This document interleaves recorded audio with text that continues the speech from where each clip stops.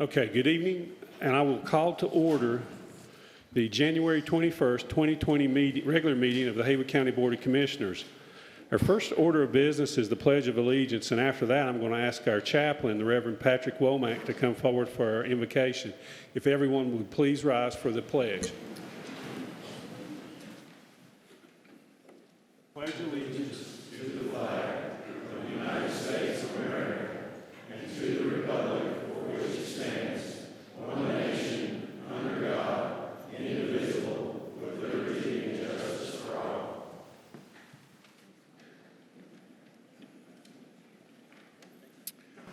Let us pray.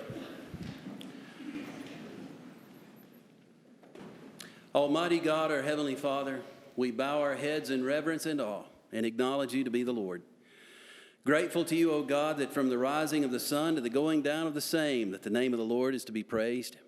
And Father, we thank you for this, our blessed county. From the head of Middle Prong to the mouth of Big Creek, from the summit of Pisgah to the top of Plot Balsam, we're grateful, Father, that we live in a blessed land, and we pray that this will be a place of peace and prosperity, a place where our children may grow up, as Dr. Martin Luther King proclaimed, where they would be judged not by the color of their skin, but on the content of their character. Lord, bless us to be a place where peace and justice prevail. We ask you to bless this meeting, as we're grateful to you for our commissioners, for the opportunity to voice our positions and our concerns. But Lord, grant to us a spirit of love and peace and unity.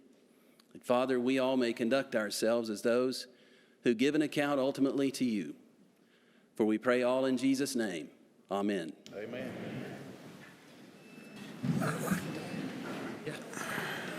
Thank you, Reverend Womack. I appreciate you coming. Okay, before we get started, our first order of business is the public comment session. I just want to make a statement. I don't do Facebook. I call it Fakebook. If you've read any statements that I've made on Fakebook, I didn't make them. So I don't know who made it up. Well, I do know who made it up, but I don't appreciate it. I don't think, if there was one thing that people have never told me, it was I was a liar.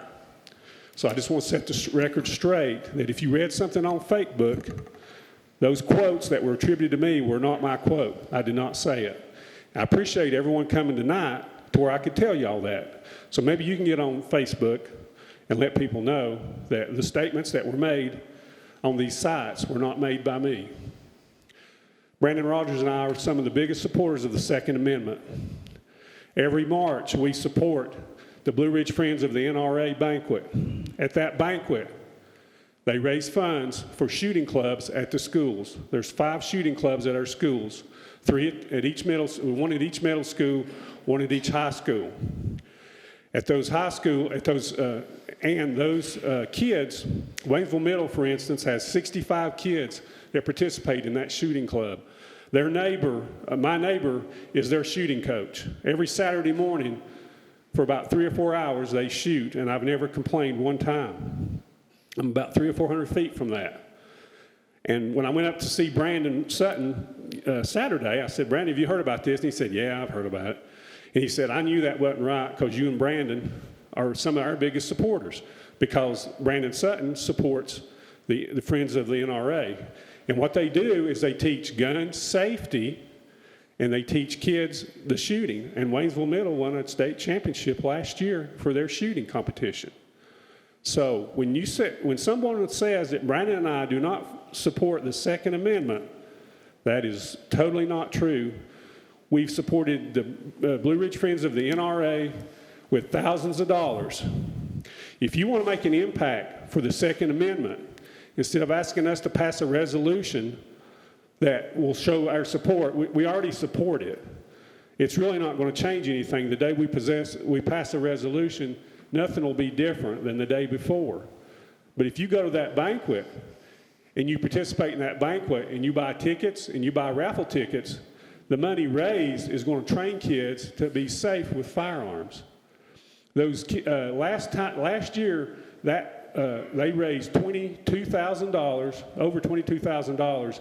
The NRA did, and then the NRA turned around and gave back $32,000 to the groups. So if you want to make an impact on the Second Amendment in people's lives, that's where you need to make it, in training our kids to be safe and how to shoot. And hey, not everybody can be an athlete. Not everybody can play in the band. I certainly couldn't play in the band. But some kids enjoy outdoor sports. So I just want to set the record straight because, like I say, I don't have Facebook. My wife does, but she doesn't let me get on there because she thinks I'll make a mistake. So, and I'm not going to get on there and let her get blasted like I've been blasted. But I just want to, I just want to prove to you that we are supporters of the Blue Ridge Friends of the NRA and of the Second Amendment. I have a concealed carry permit that I can show you, but I'm not. But I do have a concealed carry permit. So I just want to let everybody know that at the beginning so that to kind of clear the air a little bit about some of this posts on Facebook. If you get your news from Facebook, please verify it. I have a phone number. I think the phone number's been on these posts. I've gotten about 7 phone calls, and half of them have been people that do not support this. And then half of them are wondering why we're doing it. And I say, well, I think the state of Virginia, they've got some stuff going on out there, and people want to pass a resolution to show their support, for the Second Amendment rights. And I understand that. But North Carolina, we have some good legislatures. I'm thankful we have a strong state legislature that is conservative, and I appreciate all those guys that work for us. Senator Jim Davis is a very strong supporter, and I don't think anytime soon any of those things are going to happen. If you want to pass a resolution, you want to pass it when they're trying to do something, not when there's nice and quiet. You want to do it when you want to make a little noise. So anyway, I just want to let y'all clear the air a little bit, let y'all know how I felt. The only statements I've made has been in Smoky Mountain News. And I think Brandon, and we all have, and I think Brandon and Tommy and maybe Mark have made some statements on their Facebook accounts, but I don't do Facebook. So, Rush Limbaugh calls it fake book, and he's right. Rush is always right, it seems like. So, but I just want to make that statement. So if any other commissioners would like to say anything before we get started with our public comment, you can. Okay. I think our sheriff he'd also like to make a statement before the public comment. And I want to invite the sheriff up to make some comments before public comment. I think this is the first time we've had an issue that wasn't on the agenda, that now it's become an issue. But anyway, go ahead, Sheriff. Appreciate you being here tonight. Appreciate you coming here with law enforcement. I didn't think we need to worry about anything because these folks are good folks. But I appreciate y'all being here, and I know you've been respectful of everything. So go ahead. Thank you very much, Mr. Chairman.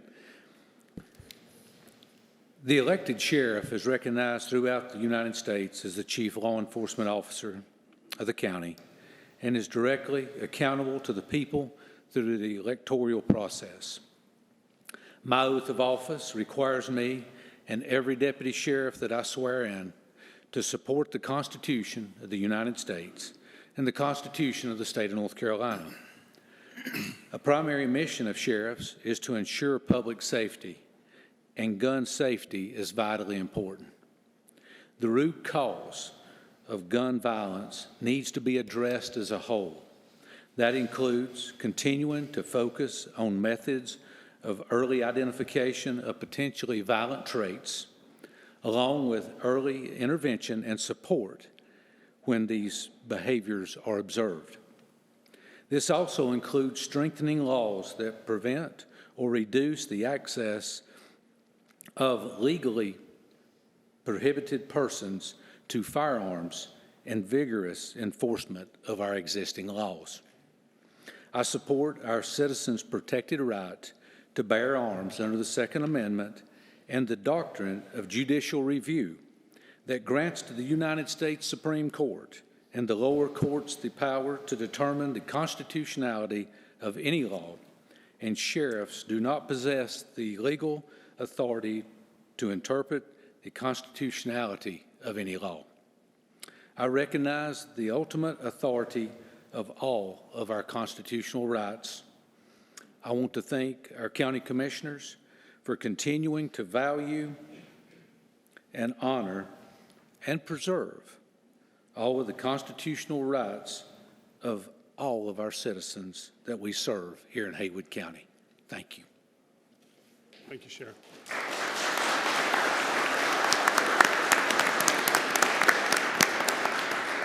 I appreciate our sheriff. The sheriff is also a big supporter of the Friends of the Blue Ridge Friends of the NRA.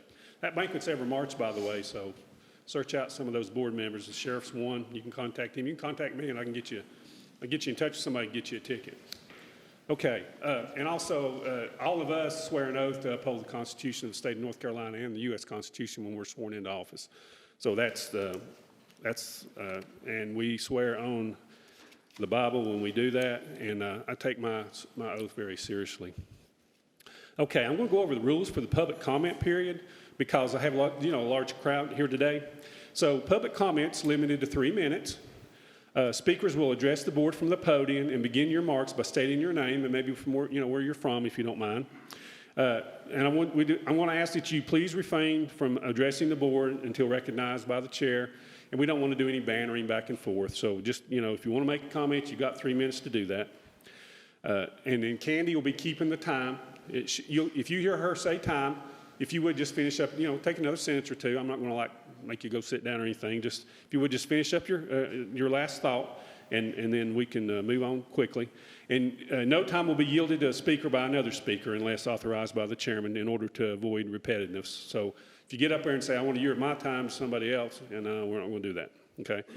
And also, I'd ask for you to be courteous in your language and in your presentation, if you would, and I'm sure you will be. So I have some folks signed up, and I'm just going by the order that people were signed up. And the first name is Kit Gruel. Thank you for being here. Thank you. I appreciate you letting me speak. And also, I'm sorry, if you would speak right into the mic, because Okay. if you get away, you can't hear somebody. So make sure you kind of speak into the mic. And I know she was doing that. And they remind me to tell you to do that. So go ahead. Okay, how's this? Is this all right? Tell us where they're from. Oh yeah, I did. Yeah, go ahead. Okay, I'm the one with a weird name. My name is Kit Gruel. I live here in Haywood County. I want to start by saying that I'm here this evening not as a gun hater, but someone who has worked for 34 years in North Carolina as an advocate for abused women and children. I want to start by reading a short article about a triple domestic violence homicide that happened in Orange County, North Carolina in 2002. I also want to remind people that 54% of the mass murders that take place in the United States every year are committed by domestic abusers. This is the story about the triple murder. An Orange County man who had been ordered to stay away from his family has been charged with killing his daughter, another woman, and a 2-year-old boy. Alan Douglas Gates, 50, was arrested Monday night at the home of his estranged wife, Janet Clark Gates, according to officials with the Orange County Sheriff's Department. He was charged with 3 counts of first-degree murder in the shooting deaths of Valerie Michelle Gates, 24, Corday Lee, 21, and Lee's 2-year-old son, Kendall Deannis, police said. He's being held without bond at Central Prison in Raleigh.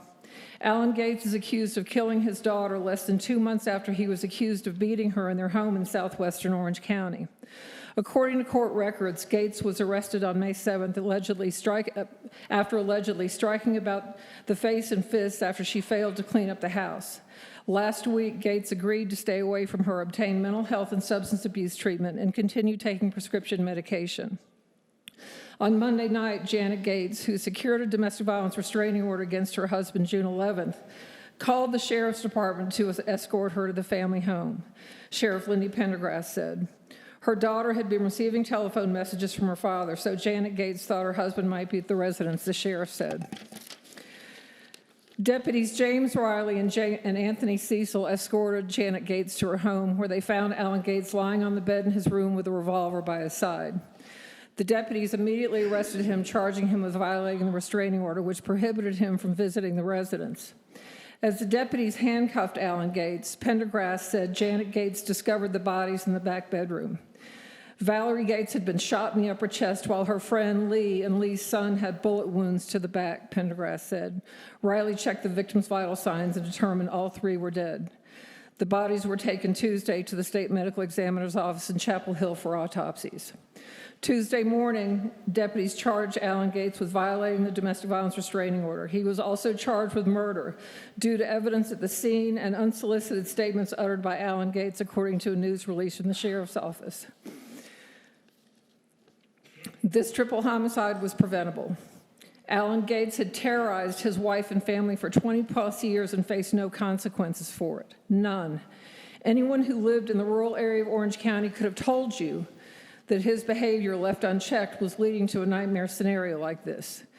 2 years after Valerie, Corday, and Kendall were murdered in cold blood, Kendall's grandmother asked me to go with her to the DA's office to look at the crime scene photos. Even with doing this work as long as I have, I was not prepared to see what a 2-year-old boy who'd been shot by a man with a .357 looks like. Okay, I think, is there time? Okay, did you say time? I'm Okay. almost done. That was 2005, and I still can close my eyes and see it.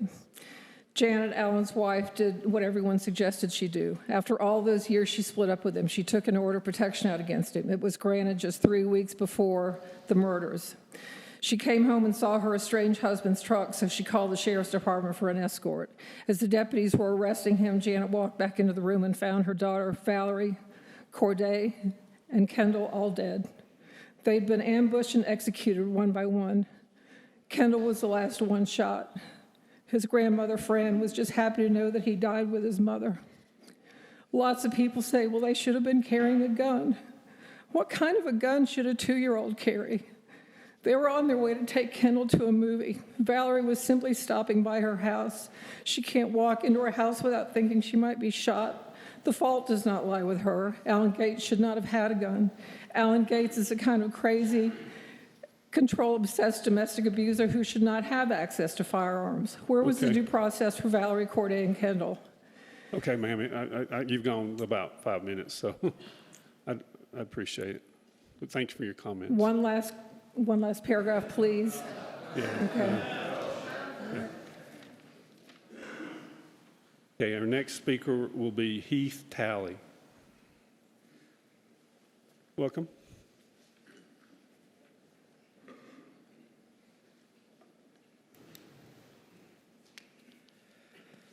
Good evening. Good evening, Mr. Chairman. First off, I just want to say thank you for the opportunity to be here this afternoon. My name is Heath Talley. I'm a Haywood County native and grew up in Clyde. I graduated from Tuscola High School June of 1996 and entered the United States Air Force in August of that year. After 10 years in the Air Force, I was honorably discharged and came home to Haywood County. I'm a single dad of 2 daughters. Mr. Chairman, I want to thank you for your continued support of the Second Amendment. Also, I want to thank Sheriff Christopher for his support of the Second Amendment. Many times over, we have seen instances where the only thing to stop a bad guy with a gun was a good guy with a gun.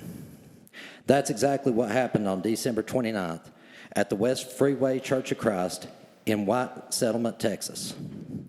I'm sure most of y'all heard about that. That's when Jack Wilson stopped a crazed man who opened fire on worshipers with a shotgun. The shooter shot and killed a parishioner. Jack took him down with a pistol. That's an example of a good guy with a gun being at the right place at the right time. In this instance, there was no time to dial 911 and wait on law enforcement. If an armed citizen had not been present, the body count would have been much higher. In contrast, on December 6th, Mohammed Saeed al-Shamrani opened fire on a training class of naval aviators at Pensacola Naval Air Station. He used a handgun to kill 4 and injure 8 of his classmates before he was eventually taken out by Escambia County Sheriff's deputies. You see, the difference in these two stories is, in Pensacola, there was a lack of a good guy with a gun. That's because on U.S. military installations in the continental United States, only military police are allowed to carry a firearm. All others are locked in the armory. Self-defense is not the only aspect as to why our Second Amendment rights shall never be infringed. You might not know this, but when the framers of our Constitution were trying their damnedest to ratify our Constitution, 2 states were holdouts because of the lack of a Bill of Rights.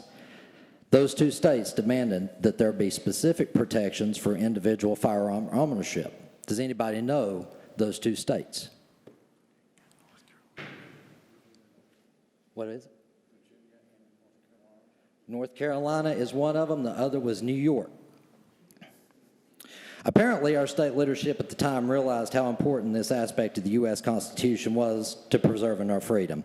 In fact, it wasn't until November 21st, 1789, several weeks after Congress passed the Bill of Rights and proposed it to the states, that North Carolina adopted the Constitution.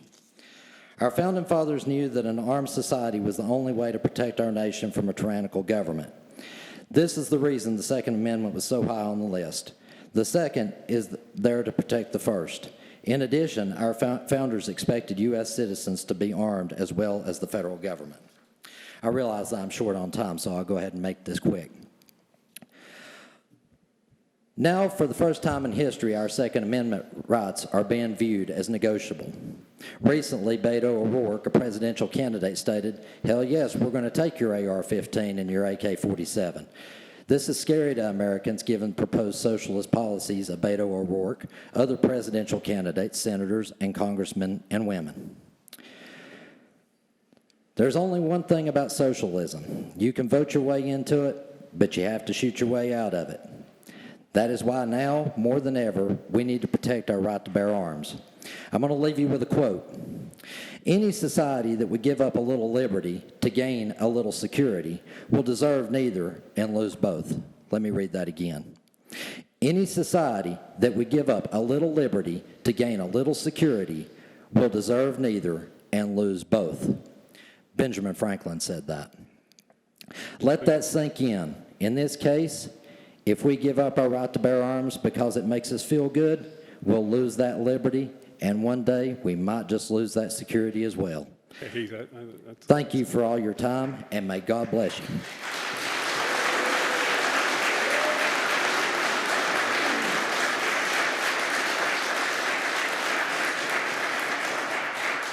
Okay, I've let a couple of people go. Go ahead, Sheriff. Mr. Chairman, in speaking with the captain of the fire department, if you were over here on this wall, or you're on this wall over here, if you could please find a seat. The people that are standing in the back, as long as you're not standing in the door, then we're going to be good. But as far as the fire marshal is concerned, if we can find a seat, that'll get us to where we need to be tonight. If everybody kind of scoot to the middle. Scoot over, son. Like you love it. Thank you very much.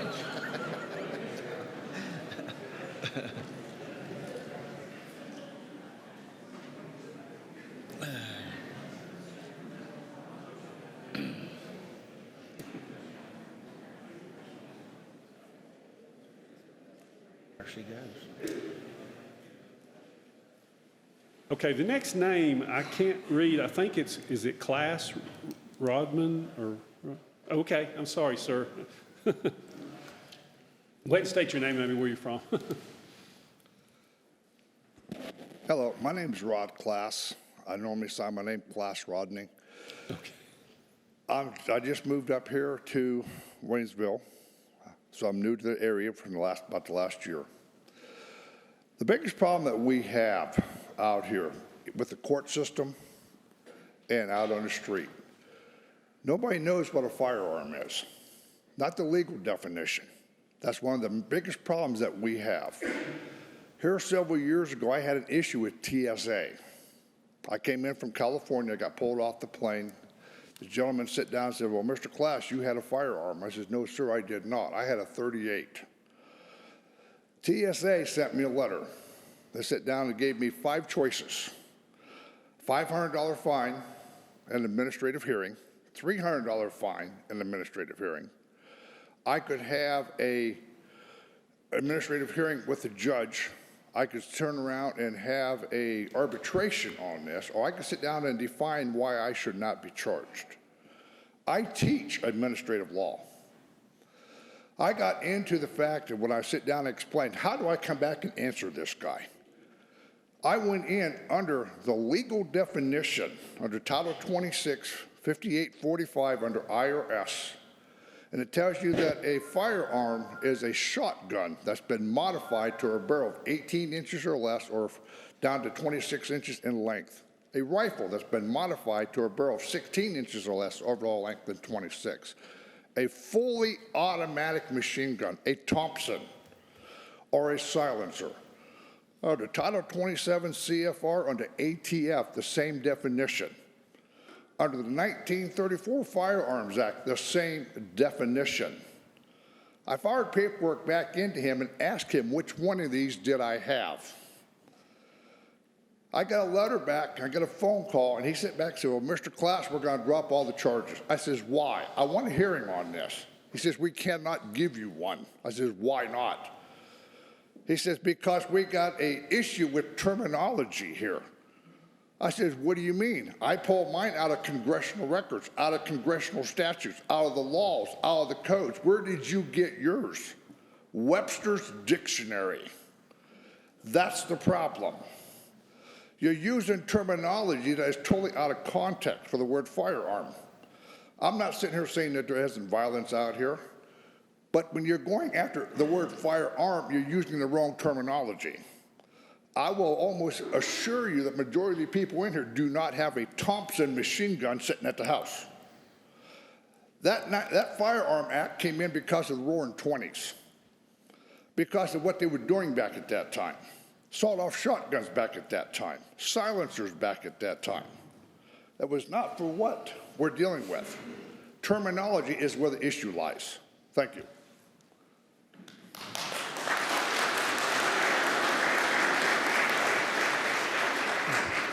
Yeah, thank you. Our next speaker is William D.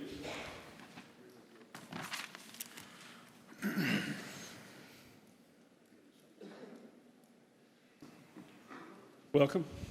Thank you. My name is William D. I've been living in this county for about 25 years. And we can say all we want that there is no threat on our Second Amendment rights. And yes, in this state right now, we are correct. But we are under attack and have been for several years, whether it's through lawful regulations, to which this county has in its own, some of which are very good and help the society. But if we're going to not enact our Second Amendment sanctuaries for this county, what rights does we have if Virginia, we get a governor like Virginia has going? I mean, what are we going to do? So we depend on you, and we look to you to stand up for our rights. Tommy, I sat next to you in church at Bethel when I was a kid, and I respect you as a man, and I don't know most of you here. I really don't. But I also know we have a great sheriff's department and a community that's here to stand up for our rights. And all we can do is ask for you guys to do the same for us. And that's all I have to say. And I appreciate it.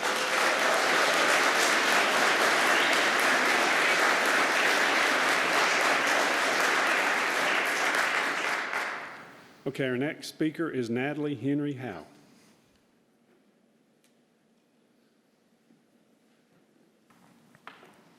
Well, welcome. Thank you. Hey, I'm Natalie Henry Howe. I'm a native of Haywood County. And thank you for letting me speak tonight. This is not going to be easy for me. I'm glad to know that we all here want safe, responsible gun ownership. My family has been a victim of gun violence. My son Riley was killed by a school shooter at UNC Charlotte on April 30th of this past year, and every minute of my life has changed since then.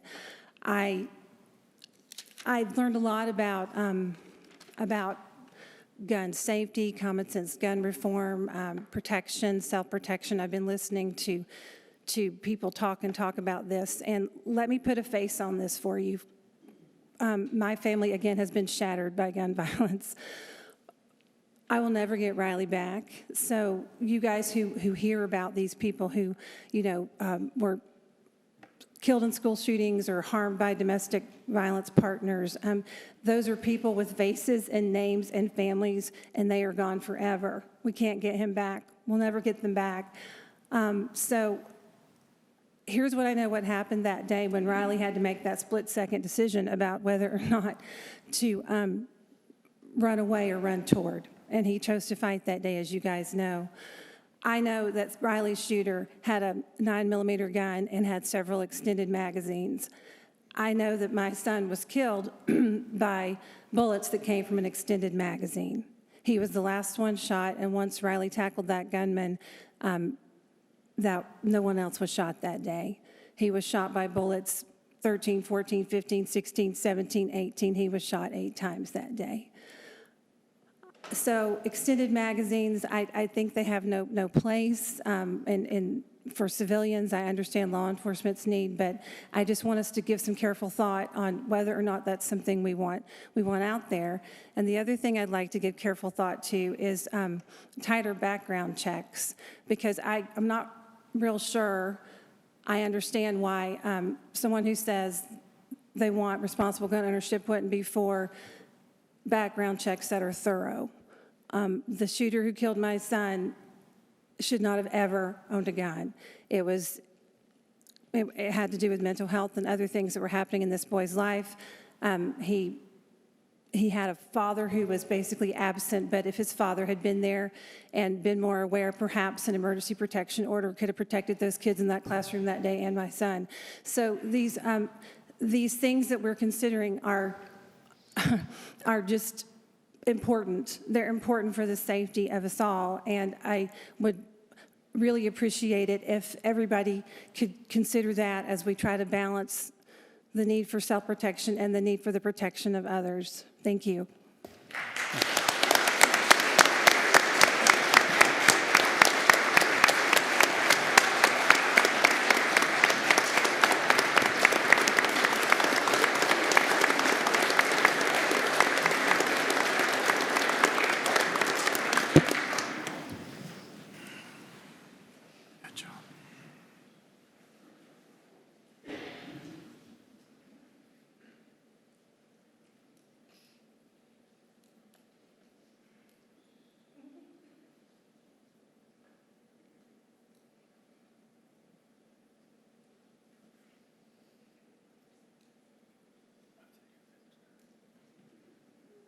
Natalie, I know that took a lot of courage. I'm sorry, I got to sit down. This hurts my heart. Thank you. Okay. Natalie, that took a lot of courage, and I appreciate you coming. Thank you. Parents should never have to bury a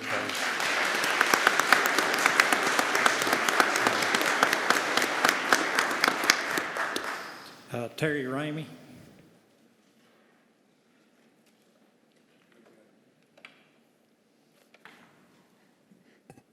My name's Terry Ramey, and I'm also a candidate for commissioners in this upcoming election. But I wanted to respond to a couple of things Kevin said there a while ago about, he's talking about we had some responsible people in Raleigh that were taking, had to take care of the gun laws and stuff like that. But those same people that we got in Raleigh went to Virginia the other day and stood up for us. And I believe these people, I don't think there's a person in here that I know of that I've talked to that is against anything about the Second Amendment. What we're talking about is a gun sanctuary county. We're just asking to make a statement to where if our government, there's I think 4 or 5 gun bills in front of us right now that our legislative people are fighting against right now, a lot of them. There's either 4 or 5, I can't remember, I can get you that. But our people that are doing such a good job with this gun stuff went to Virginia the other day and stood up for us. And that's the reason I can't figure out why we wouldn't pass a resolution, which there's 5 in the Charlotte area tonight. As we're here, there's 5 counties voting in Charlotte. They've already been, 13 or so in North Carolina, and there's that many more waiting to vote on it. And I can't see as a thing in the world that it would hurt. I don't think there's a person here that wants a bad person to have a gun. I don't know of anybody that does. And I think that there's, you're talking about everybody. I have no doubt that Brandon's for the Second Amendment. I have no doubt that Kevin or anybody else is. But that's not what this is. We're asking for a resolution to send a message to the higher-ups where we stand. And that's all anybody's asking for that I know of. And another thing, Kevin said, y'all swore on the Bible and took an oath. Is that correct? I remember I got swore in right here, standing right here, just recently. We didn't get to use the Bible. And that upsets me bad because of the fact I don't feel like if I'm swearing in clear air here, what am I swearing on? If I swear on something, I want my hand on the Bible where I know I have to tell the truth. And that's a problem I've got with what happened the other day. And another thing on here that anybody in here that knows or has read this resolution that was presented, y'all, or there's nothing in there that can hurt. Can anybody tell me one thing that making a resolution would hurt? It's not changing the laws that's on the book. It don't have no power really other than sending a statement. And I don't understand why anybody would want to wait for a month to do something that's not what the people want. You know, people, I mean, there's nothing it can do to hurt anything or anything. And, you know, I know what happened the last time we had something come up here and it took it a while to get on the agenda. A lot of people may not know that, but I know what happened last time. And I just urge y'all to, I think the smart thing to do would be pass that resolution tonight, because I think there'll be 5 more passed tonight down around the Charlotte area. Thank you.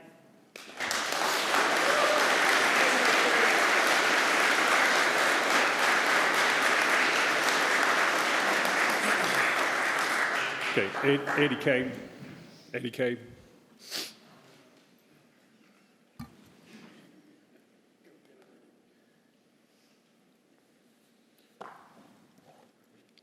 My name's Eddie Cabe. I'm a Haywood County taxpayer.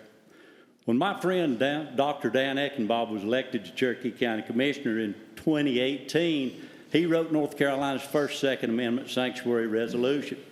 March 15th, 2019, it was passed, making Cherokee County North Carolina's first gun sanctuary county. At this time, I sent out emails to all my North Carolina elected officials, as well as these 5 Haywood County commissioners, asking them to do the same thing. That's my First Amendment right. You can look back at haywoodcountync.gov and see those emails. On December the 5th, 2019, when Virginia started passing anti-gun laws, along with a bunch of anti-gun laws from North Carolina, and hundreds of states and counties started passing Second Amendment resolutions, I again emailed my elected officials, including these 5 commissioners here, urging them to do the same thing. The overwhelming response that I got from across the state was very positive. Michelle Presnell, Jim Davis sent me a message. He said he would love to be here tonight, but I'll be in D.C. on the 21st recording a TV commercial. Sorry about that. If you have any more events, please let me know. Signed, J.D. Our Lieutenant Governor, Dan Forrest, is very much for making North Carolina a Second Amendment state. So is Michelle Presnell. So is most of our General Assembly, at least the Republicans. They tell me that the quickest way to get this done is for the counties to get up off of their butts and get it passed in each county. And that's moving quickly across the state. I've emailed the commissioners a ton of information about this Second Amendment sanctuary, and I've asked to be put on the agenda, but Chairman Kevin Inslee has repeatedly refused.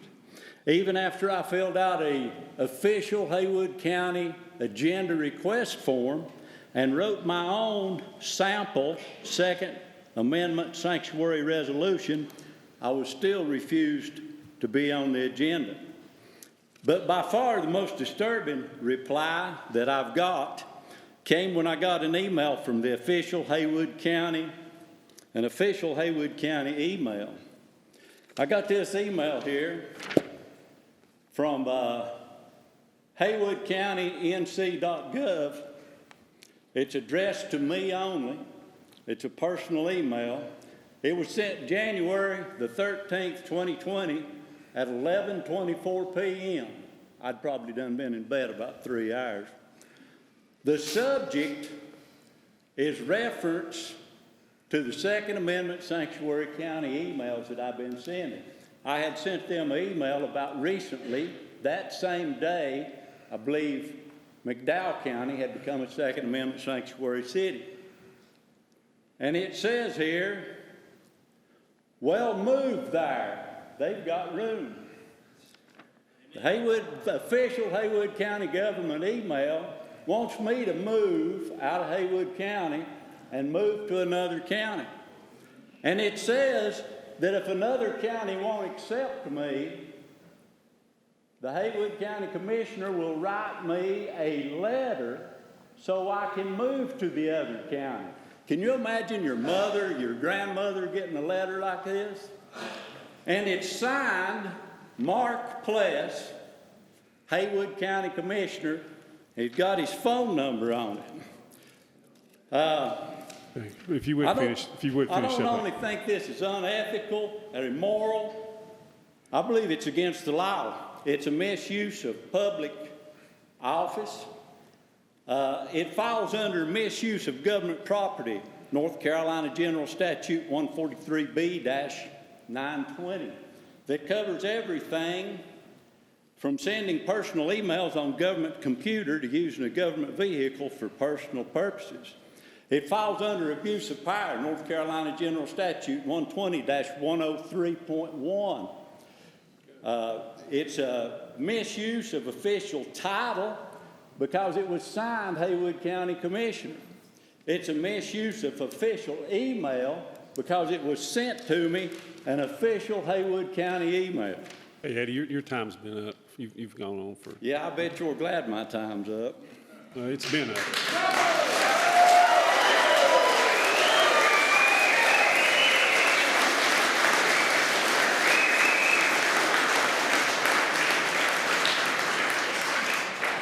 Okay, Paul Yeager.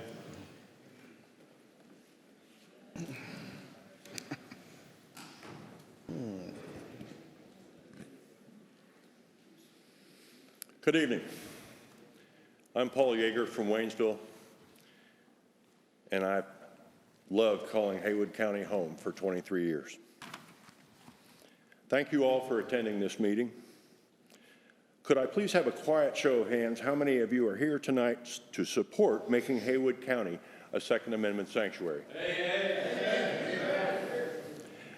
Thank you very much, and thank you for continuing to be a respectable and respectful audience to this meeting, attendee to this meeting.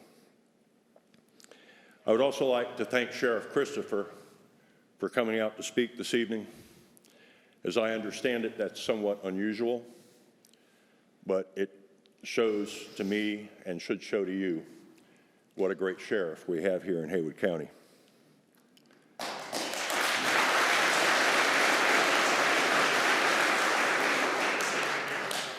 A well-regulated militia being necessary to the security of a free state, the right of the people to keep and bear arms shall not be infringed.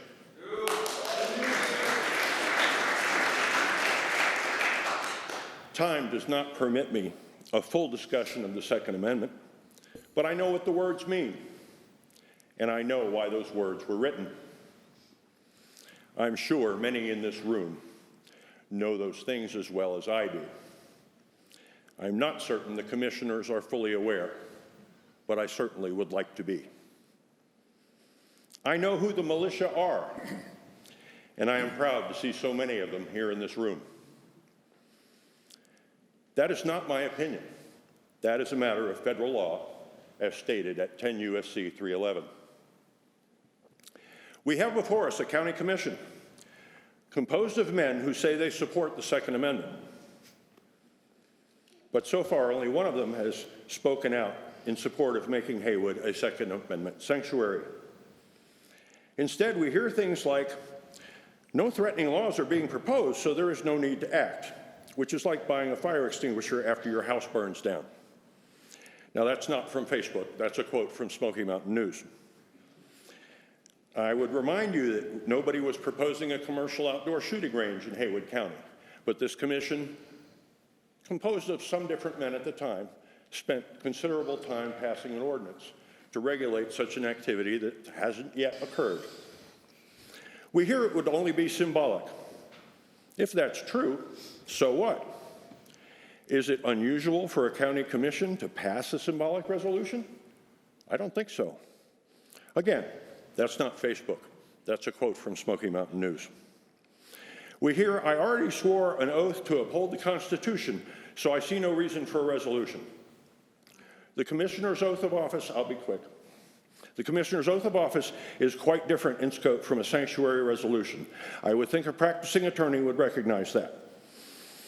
That's not from Facebook, it's from Smoky Mountain News. We have heard quite enough excuses for inaction. It is time for reasons for action. Will Haywood County lead or follow? Our Facebook group grew to over 3,400 members in a little over a week. Do you hear us now? Our online petition collected around 1,100 signatures in just 5 days. Over 91% of those reported a zip code in Haywood County. Do you hear us now? Our paper petitions collected at last count 931 signatures in a little over a week. Do you hear us now? We hope you hear us now, and we want to hear from you. Count on us to be listening and watching carefully. Thank you. May God continue to bless all of us with liberty. Malone Laba.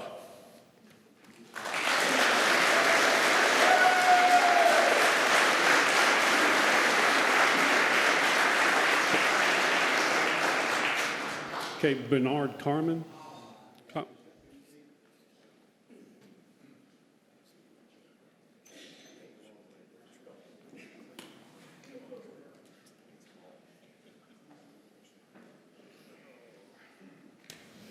Hello, council and everybody here. My name is Bernard Carmen. I live in Buncombe County. Please don't hold that against me. I'm going to be sharing some of these thoughts there in about a month, and I'm sure they won't be as friendly as you all are. Let me just share a few things. How's it going? Share a few thoughts that I think really all of us ought to think about, whether you're in office, whether you're just here as a common American. 3 main points. I'll try to make it as quick as possible. I know there's not much time.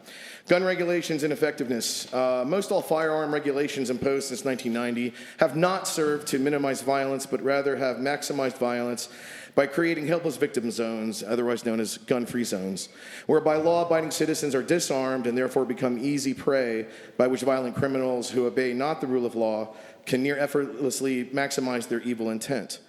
The recent firearm regulations being advanced by various public servants and even U.S. presidential candidates will not reduce violence but continue to increase violence, and no one but the violent criminals desire that to happen.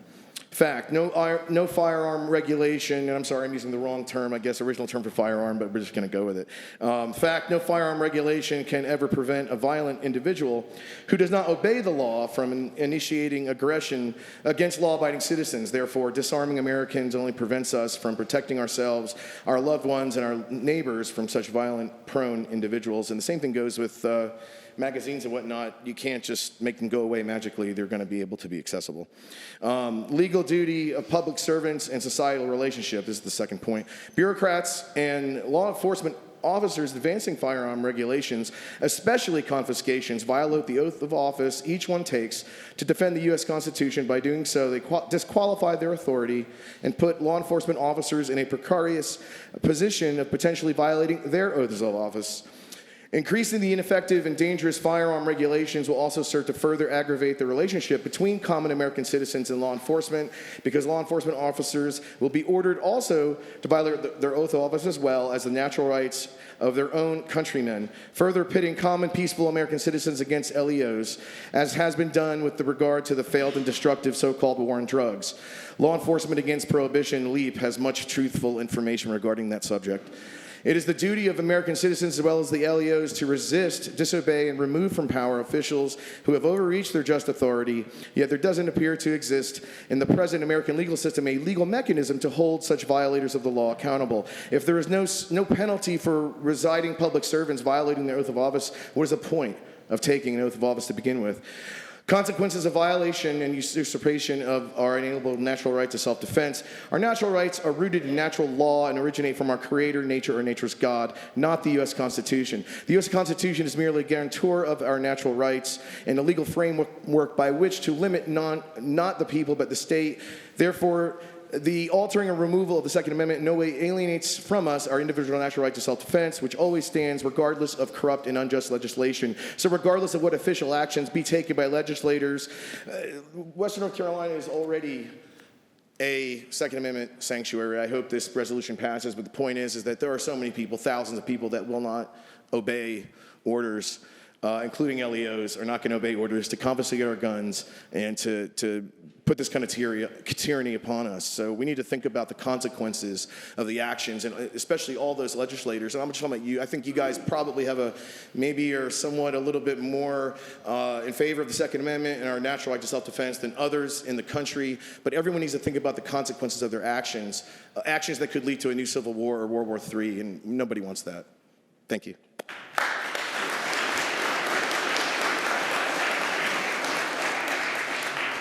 Okay, that's everyone that has signed up tonight.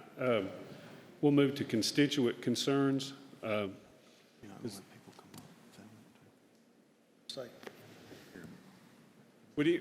anyone like to speak? I might take a few because, okay, just start right here. Yeah, okay.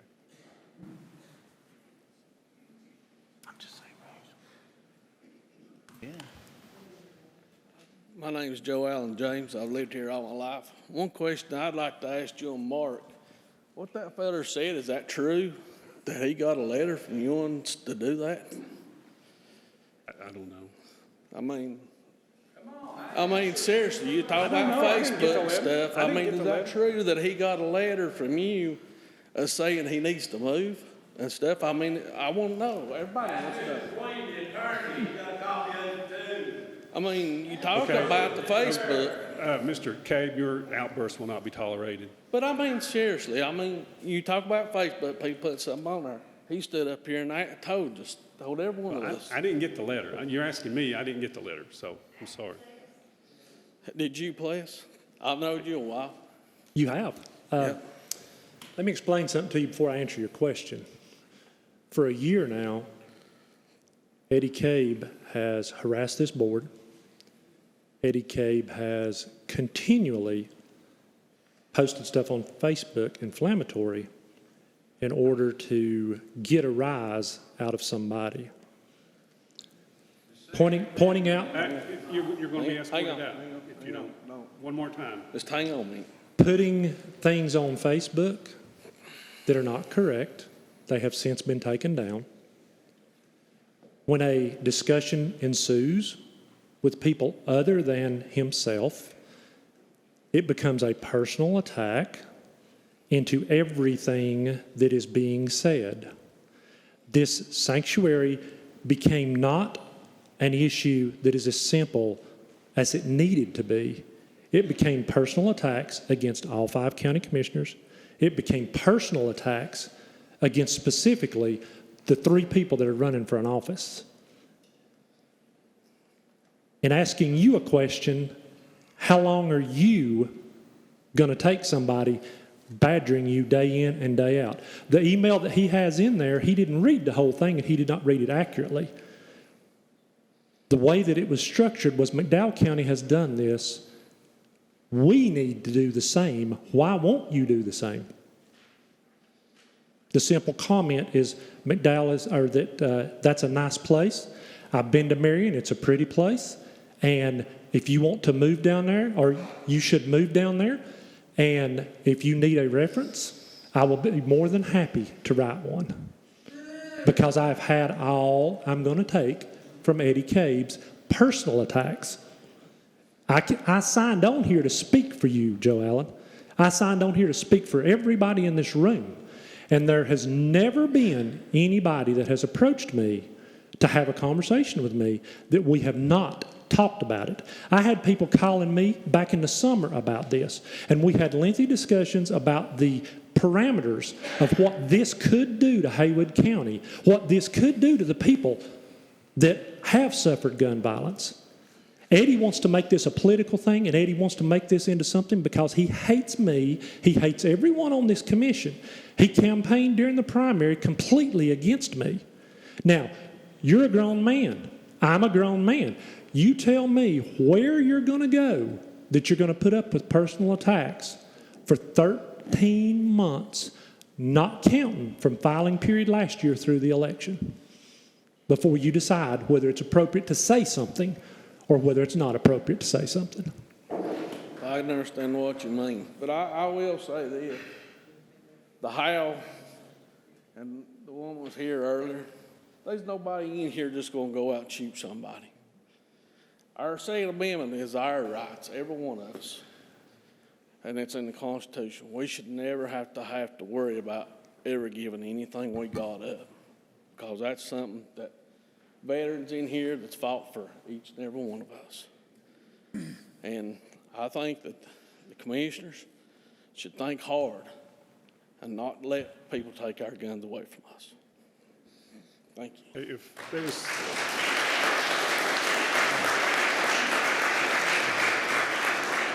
If somebody had their hand raised back, yeah.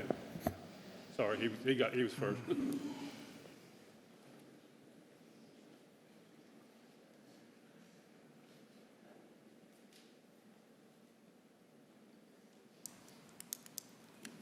Hello, everyone. I'm Larry Payne. I live in Haywood, Waynesville. I served in the Army for 3 years to defend the rights to bear arms. You know, people talk about guns killing people. That's not true. It's the person behind the gun. Does anybody know here when 25% of the Earth's population was killed? Does anybody know that?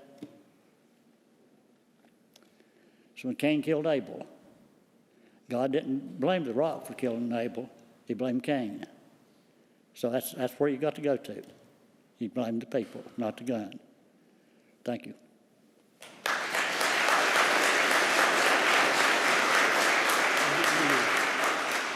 Yes, sir. My name's Todd Barone. I'm a military veteran. I went to school with Mr. Kirkpatrick, and you can say Kurt. I swore in on the Constitution, foreign and domestic. Today, if you asked me to defend you, I would. I'm a veteran of 3 different wars before I was 25 years old.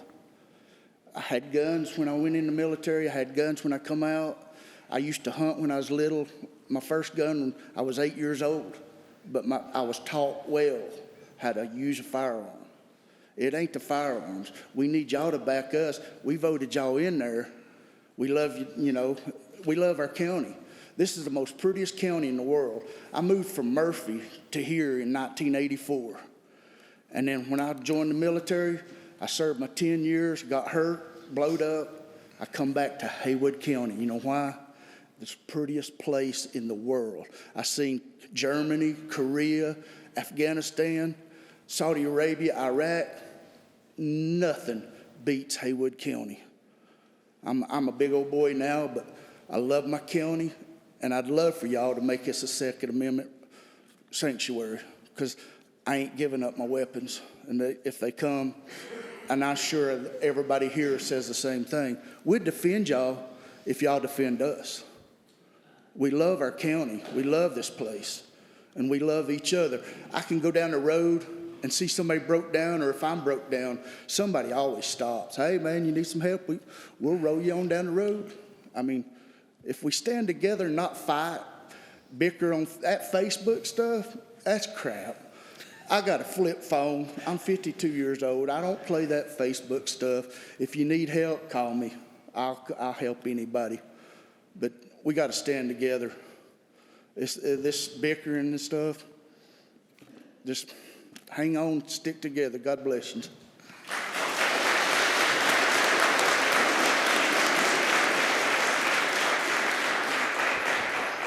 Yeah, I want to thank the last 2 gentlemen for their service to the country.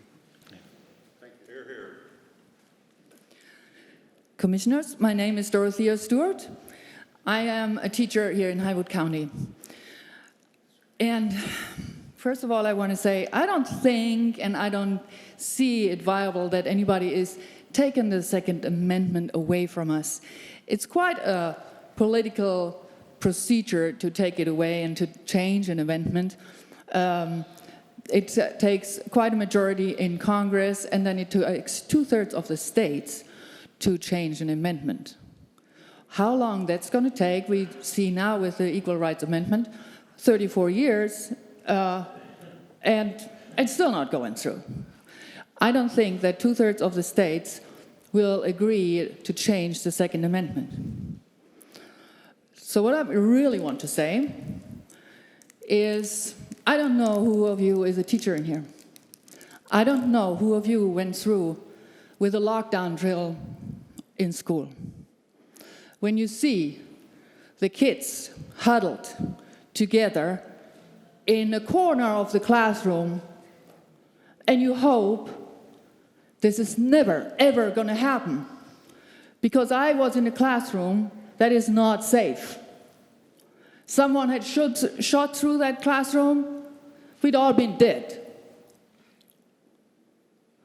And I ask you, is this our society where we hold the value of someone walking through a door with his gun, if we hold that value and that right higher than the value of the life of our children, then there's something wrong with our society. It's about regulation. It's not about taking your guns.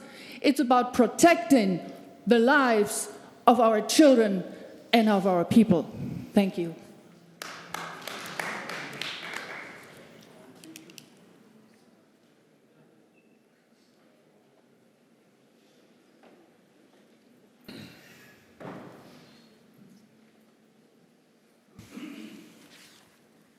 Thank you for letting me come up. My name is Andrew Hensley. I've lived in Haywood County all my life. I am a Second Amendment supporter. And going back on what she said, if I were in a classroom, I would feel safer if the teacher was armed.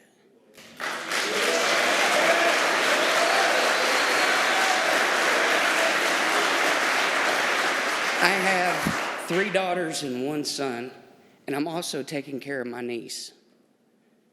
It is my job to protect those children.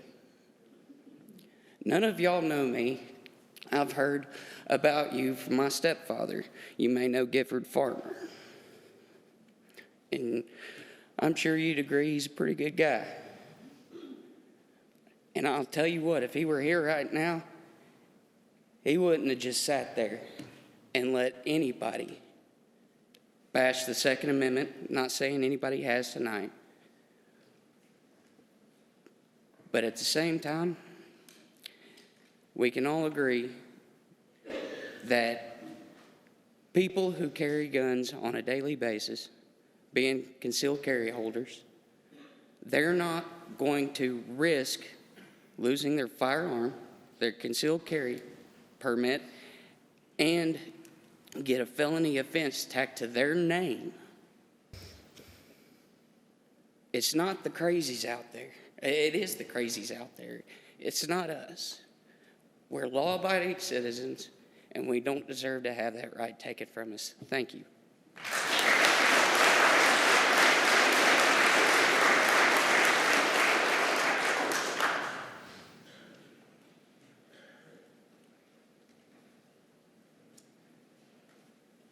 Good evening. I'm Joey Reese, and if I'm the voice of reason, this train has run off the tracks. I'll tell you that. Look, I appreciate what the lady said back here, but we are governed and we react, and the way we think about things are ingrained in us by our education, our experiences, and our emotions, and our environment. This lady's been in a schoolhouse in a controlled, safe setting all her life. I have been on the streets dealing with the thugs, the people. Her point, the one fallacy to her point is this: with the regulations, you are assuming that the criminals and the thugs will abide by these regulations.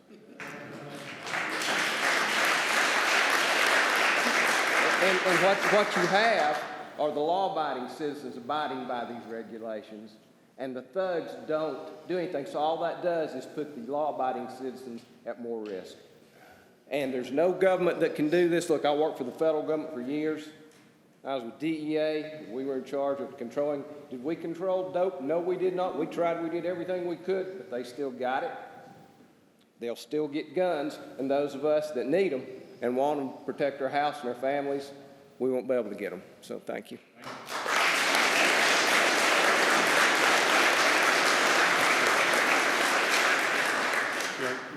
Beard. Yeah, come.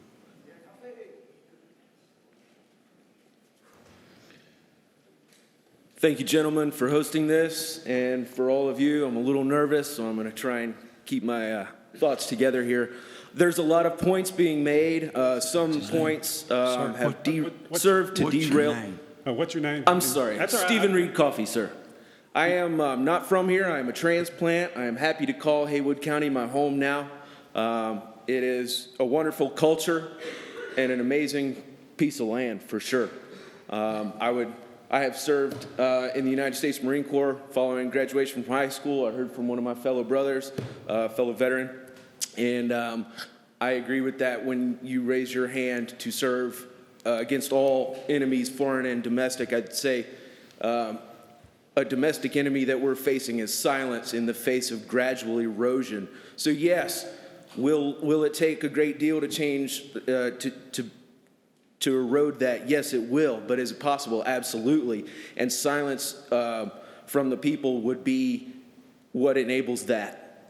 And so in terms of elected officials being our representatives, our voice, the voice of the people, it's not so much that it's not Second Amendment friendly here now. It's just that we want to send a message, the statement, and have our lawmakers who represent us validate how the people feel already. Even though it's not necessarily in question, it sure would make the citizens have the confidence in this is the voice of the people. This is what we want to be identified with in terms of that right, which bolsters all the other rights. And I, for one, would die for my country and for the Constitution. And a lot of folks in this room would say that, whether they've served in the military or not, whether they've taken public office or not. I mean, we're Americans, we're brothers and sisters, and we're all neighbors. And the issue is not so much loss of life. Loss of life is terrible. Whether it's a car accident, a bomb, an IED, a hammer, cancer, it's always awful to lose those we love. Tragedy is tragedy. But the worst tragedy is when we set up our ancestors, or who comes after us. I'm a father. What would give me the most satisfaction and peace of mind is to know that my son and daughter are watched over by my neighbors wherever they are against the wolf, against that type of individual that will prey upon the weak. My children, your children, anybody who's caught in the crosshairs of somebody who intends malevolence against someone else, they will use any tool at their disposal, whatever that may be. So what we would like is the message to be sent very clear. We support this. It's a friendly place for it. And thank you. Thank you. God bless you all.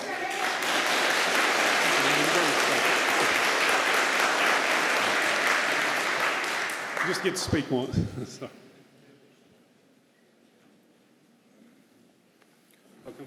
Commissioners, I appreciate the opportunity to speak. My name is Tracy O'Neill. I live in the East Fork District of Haywood County, and I'd just like to thank this board for the latitude to address an issue that's not on the agenda, whether it was supposed to be or not. So thank you for that. From 1992 to 1995, I held a federal firearms license and owned a gun store in Haywood County. I sold hundreds of firearms to people in this room, as well as county residents from outside the county and from surrounding counties. So I'd just like to say I've been a victim of government overreach. In 2.5 years into owning a gun store, Senator Dianne Feinstein, who's still in office, and Mr. Kirkpatrick will be familiar with this, there's a law, if someone hits someone with a car and they've been drinking alcohol, it's called dram shap, I think, something like that. Can you elaborate on it? So Senator Feinstein came out with a very similar resolution, and it actually went into committee and got marked up and never made it for a vote. But she wanted to hold gun dealers and the gun distributors and the gun manufacturers responsible for someone that committed a felony to harm somebody with a firearm that I had sold. So, regrettably, I packed up all my yellow sheets from calling the NICS system and approving people to buy a firearm, and I sent them to Atlanta, registered mail, and surrendered my federal firearms license. If I had a do-over, I wouldn't do it again. I'd still hold that license. So these red flag laws, these extreme risk protection orders, endangers these men standing on this wall back here as well as everybody in this room. If you don't think that there are people meeting at the same time we're meeting to figure out how to pass everything they can pass, that's just naive, because that's what's going on. It's been going on for 30 years. It'll continue to go on. So what we have to do is stand up and be counted and be heard. And I'm asking this commission to simply underpin the way this entire body feels. Thank you.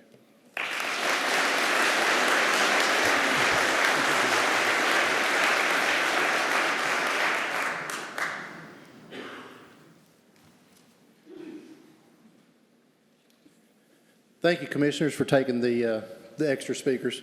I really appreciate it. My name is Kenneth Messer, native of Haywood County. Natalie's speech, went to high school with Natalie, and as a father, that hit home. It hit home for several reasons. I have grandchildren. I have a wife at home. I'd like for you to do a little bit of research when you get home on Google. I'd like for you to Google Captain Robert Messer. I'm a descendant of Captain Robert Messer. His son founded the White Oak community and the Fines Creek community of which I live in. He gave his life because he refused to swear allegiance to the crown and was hung by Governor Tryon in front of his children.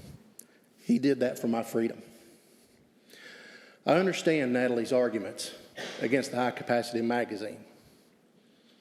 No one wants to see their children die.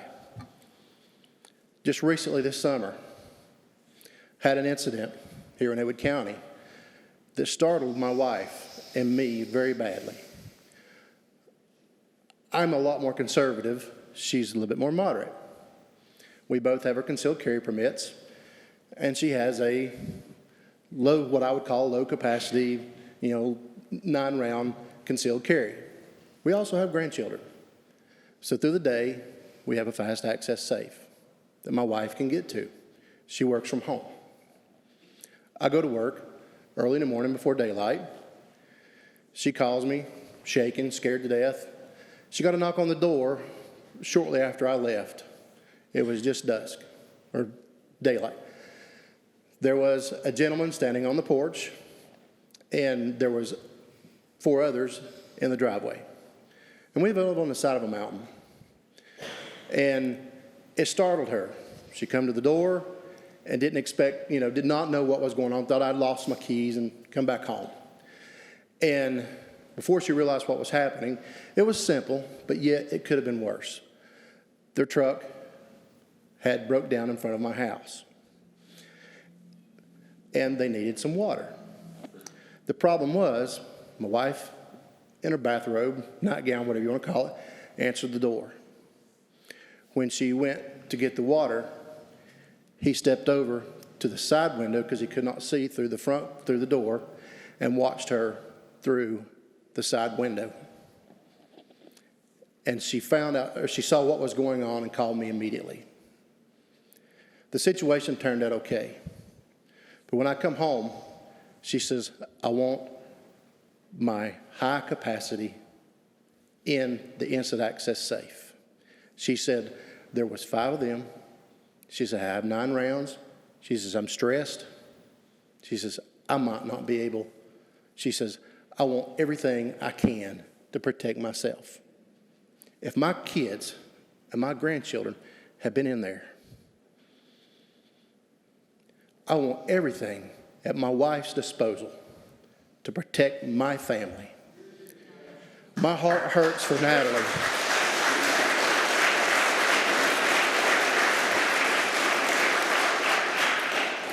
There is no law that would have stopped the violence. And I hope there's no law that will stop my family from protecting ourselves against that violence. Thank you.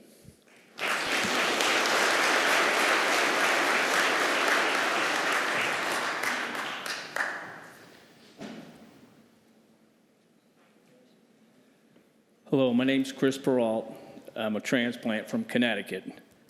I've been here in Haywood County and Clyde for 5 years. I'm an Army veteran. I'm a former law enforcement officer, and I was a 21-year veteran of a fire department. I lived in Connecticut where slowly but surely we were told we have to register high-capacity magazines, which don't have serial numbers on them. I was not allowed to buy weapons that were made only a few towns over in Hartford and New Britain, Connecticut. I also worked for the town of New Hartford, and the day Sandy Hook happened, I was in the superintendent of schools office, and he was freaking out. What am I going to do? What am I going to do? And I looked right at him. I said, the first thing you do is you take those gun-free zone signs down.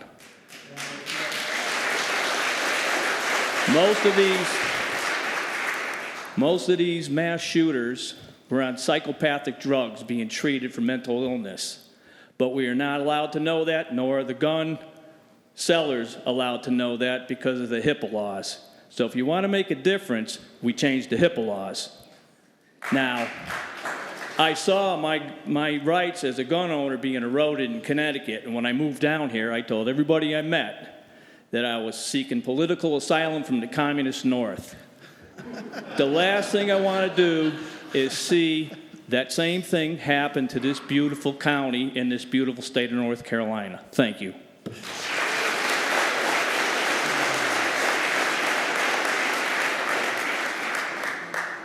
And then next I'll get to the other fellow that had his hand in the back.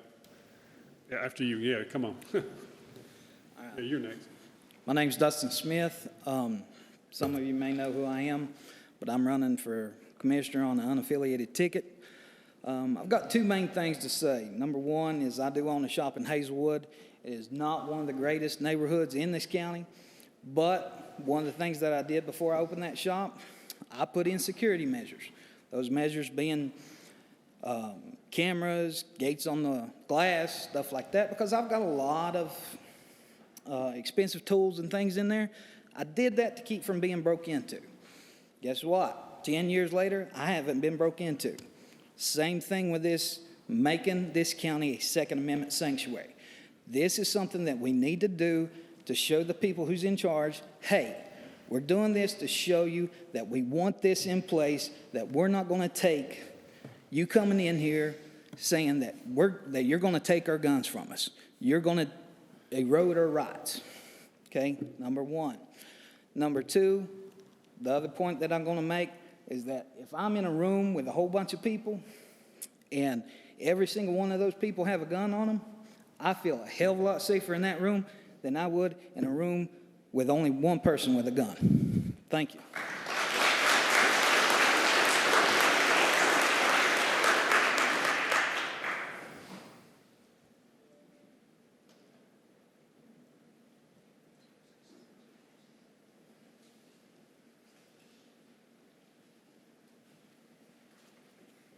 Thank you. My name's Jeremy Holland. I had no intention of speaking here tonight. I received a phone call at 7:30 this morning. It actually woke me up. And my wife was crying and was afraid because the state of North Carolina says she can't carry a gun where she works.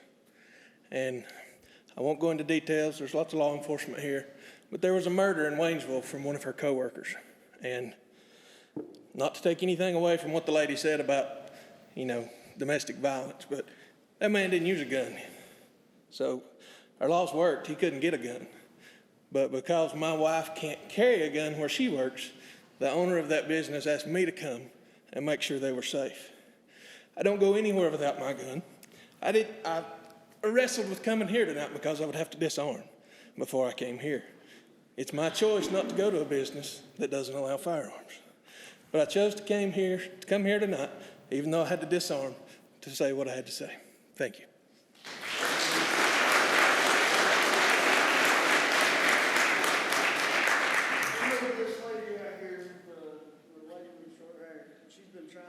Oh, okay.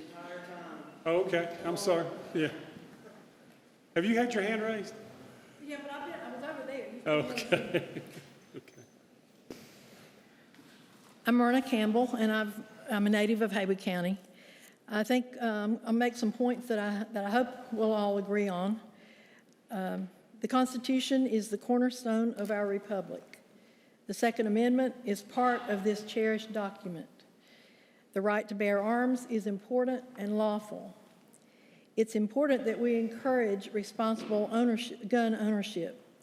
It's also vital that we have meaningful dialogue on how best to maintain responsible gun ownership and to agree on guns that challenge our society, our safety, and our security.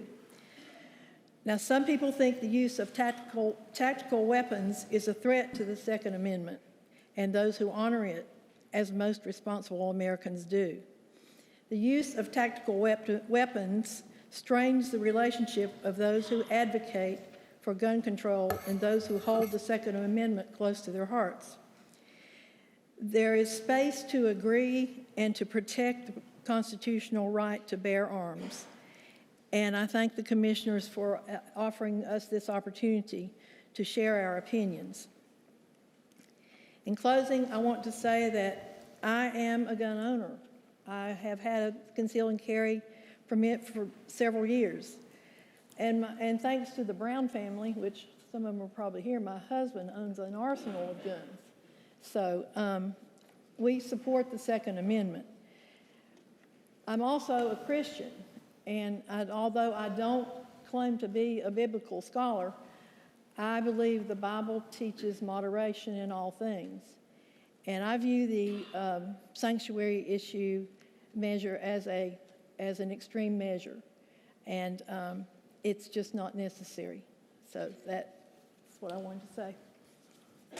Thank you. Art, come on.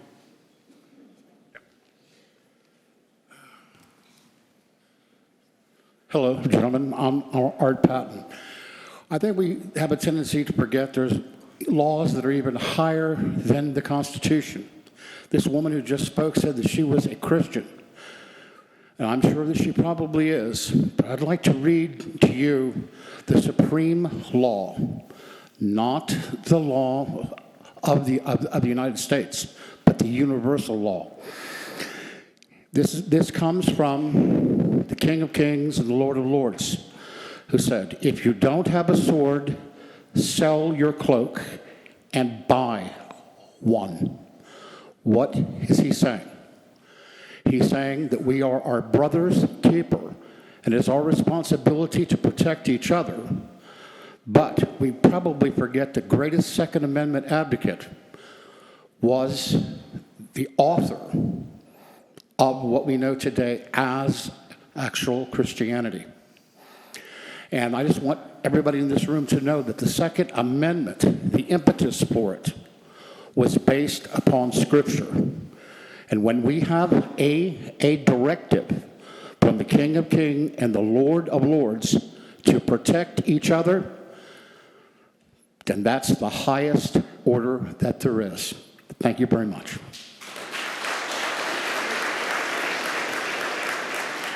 Young lady? Yes, ma'am.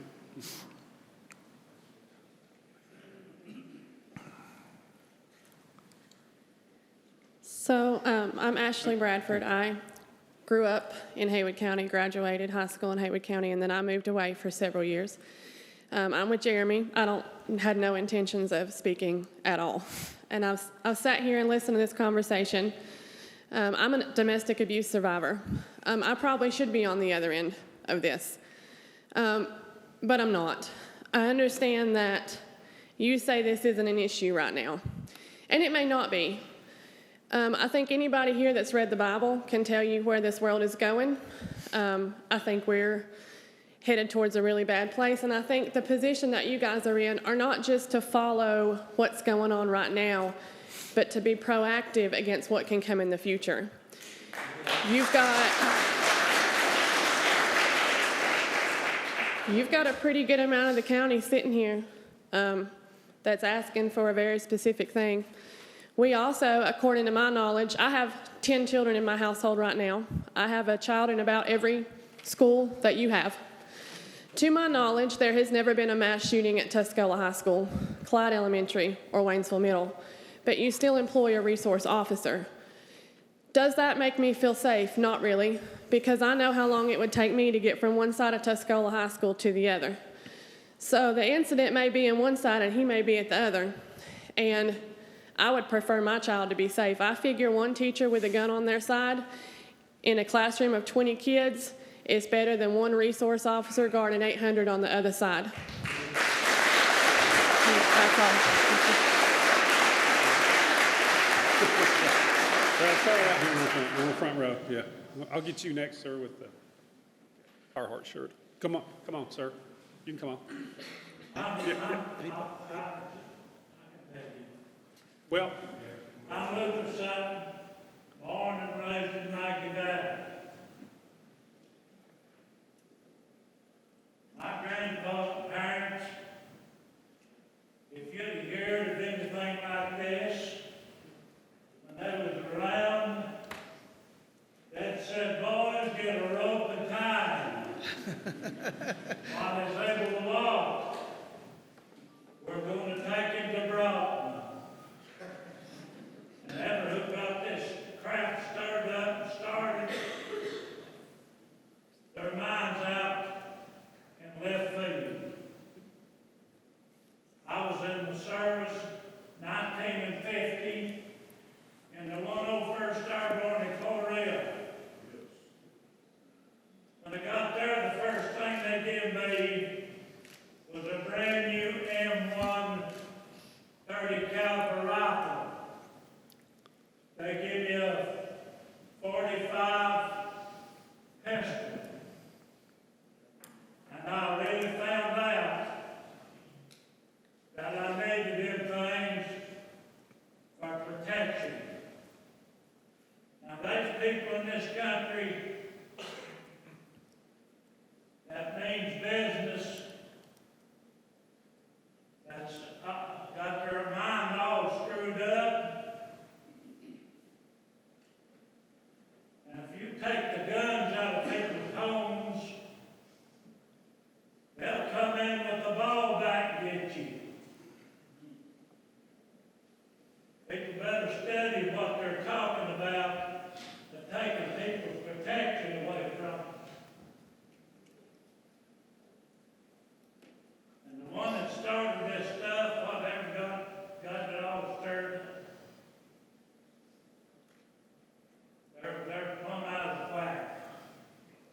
We don't need this in this county. I love my county. And I'd stand up for it for anything that's right. But if this ain't right, thank you all. Thank you.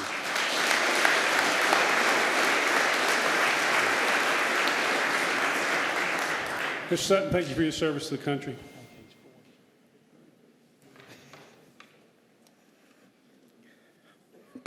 I wasn't going to speak tonight because Say your usually I name, get in Doug. trouble when I get up here. Say your name, Doug. My name is Douglas Knight. I'm from Haywood County. And the only thing that I have to say is this. Chicago is a gun-free zone. And they have thousands of killings there a year. Maine is a sanctuary state, and it's known as the safest state in the Union. Every person of legal age in the state of Maine carries a firearm. All we're asking for is for you guys to back us, because we've backed you in making this a sanctuary county. I think it's not a big thing. I think it could actually be voted on tonight. But I understand where y'all are coming from, that y'all want to talk about it and all that. These are your voters. These are the people that are voting for you. So just keep that in mind, and God bless everybody, and God bless this country. Thank you.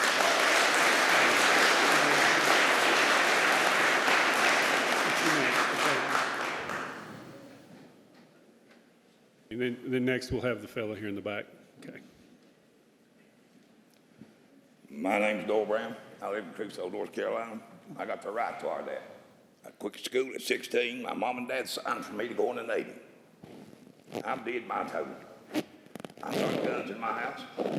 I carry guns at work. But they ain't no man or nobody going to take guns. It's been in my family for 3, 4, or 5 generations. No. And you look at Venezuela. At one time, it was the 4th best capitalized nation in the world. They outlawed their guns, took them away, and people are eating dogs in the street and rats because they can't defend themselves. Well, I'm going to defend myself. I'm ashamed when I dropped out of high school, all them running off to burn their draft cards and go to Canada and keep from serving. It was a slap in the face to men like me. That man, hey, just leave my guns alone, leave me alone. Pass this forth. Like I said, it doesn't mean anything, but it means y'all are standing behind me. And this time, don't hide behind how you vote. If you're going to vote no, raise your damn hand, vote no, and admit you done it. I want to know who voted no for the sanctuary thing, because that's one I'm not going to vote for, and a lot of other people won't either. So if you like your job is to help us, let's see you do it. Thank you very much.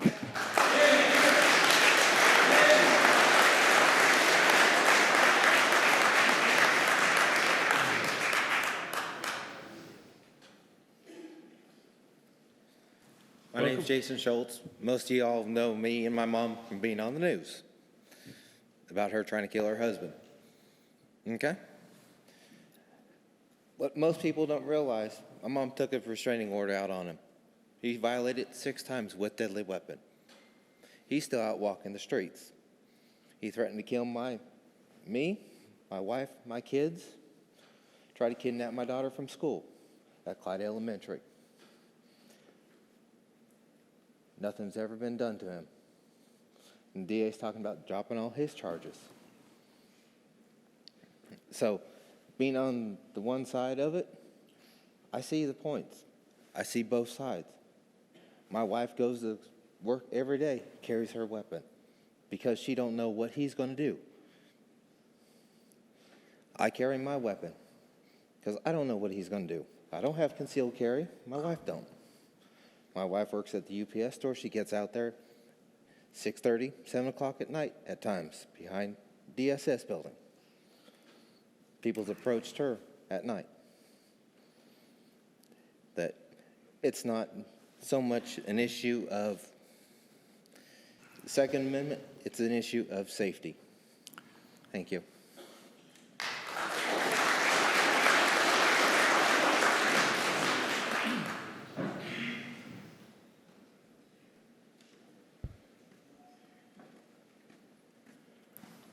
Welcome. How you doing? My name is Rocky Thomas. I've lived here about 3 years, moved up from Florida.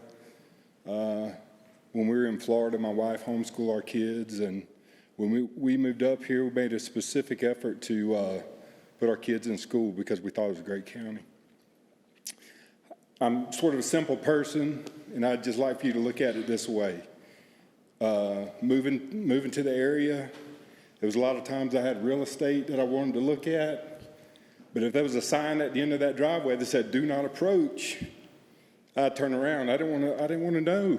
if they had a gun or not, or if they meant business.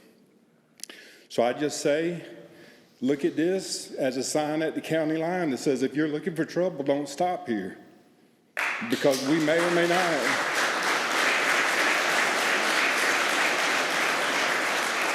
And personally, I don't want to ever have to use a weapon. But if someone thinks I may have it, there's a less chance that I'm going to have to use it at that point because they don't want to find out either. Thanks for your time.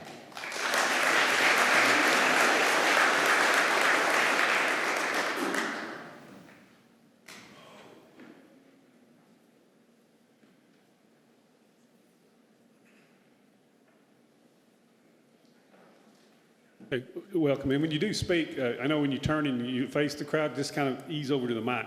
The reason I say that is because this is being filmed, and this will be on the government channel. So, and they can't hear you if you don't talk into the mic. But I think they've heard Mr. Sutton, though, even though the mic's a long way. I know they heard you. So. Howdy, y'all. My name's Clinton Heimer. Lived in Haywood County my whole life. I love this county and always will. But let me ask you a serious question. Where do you think the most gun-free zone is in America? Prison. How many murders happen in a prison?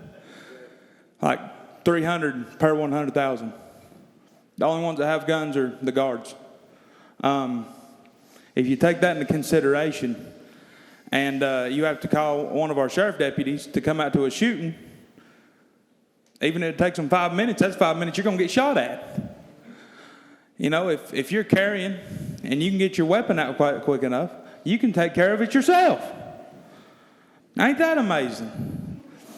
You know, America has been centered on being self-reliant. That white picket fence, for instance, that you've heard pretty much your whole life. That white picket fence, that great big White House, all that, the American dream. The American dream is being able to have whatever you want as long as you work for it. If a criminal wants to commit evil, he's going to be evil, whether he has a gun or not. Prison shanks are made out of plastic forks, for God's sakes. So I say we need to make a Second Amendment sanctuary for the simple fact of that the government should never be able to take away our American dream. Thank you.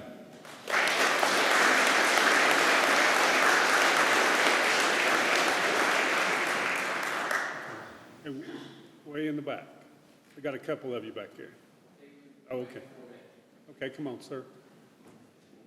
Were you wanting to speak? Were you wanting to speak, or you just point him out? Okay, you'll go after him, okay? Tell him to come on up. Tell him to come on up. Tell him to come on up here. Yeah, why don't you head this way, the fellow in the back. Why don't you head this way, and then you'll be ready. Welcome. Hey, my name's Ryan Lance. I was born here, raised here, and I don't know many of y'all up here. I know Brandon, and anywho, so I didn't plan on speaking. Had I planned on speaking, I would probably put notes on my phone. Unfortunately, on the way here, my phone died, so clearly not the proper tool for the job. In a state like Kim Messer spoke earlier, where his wife was at home, had there been a law against her being able to have a high-capacity magazine, then she'd have probably been carrying a revolver with 5 rounds. There was 5 guys. In the chance that she missed, she would have been in trouble. So why should someone have the right to tell me or anybody else how to protect themselves or what the proper tool to protect themselves with is? Maybe the attacker coming into my home is carrying an AR-15 or an AK-47 with 30 rounds. Maybe it's illegally owned if they pass these laws, and I won't be able to legally have the proper firearm to protect myself or my family. So the reason why I'm up here is to help protect the Second Amendment. I hope we make it a Second Amendment sanctuary for reasons where people can properly protect themselves and protect our country. You know, it's not just protection and self-defense, it's also protection against tyranny. Hopefully that never happens, but we'd be prepared if it did. No offense to the lady that spoke earlier about the kids in the schools. Nobody wants to see a loss of life, whether it's children, adults, or anything. Even in a self-defense situation where you had to protect yourself and take a life, nobody wants to do that. But I would want to be prepared if I had to. Thank y'all.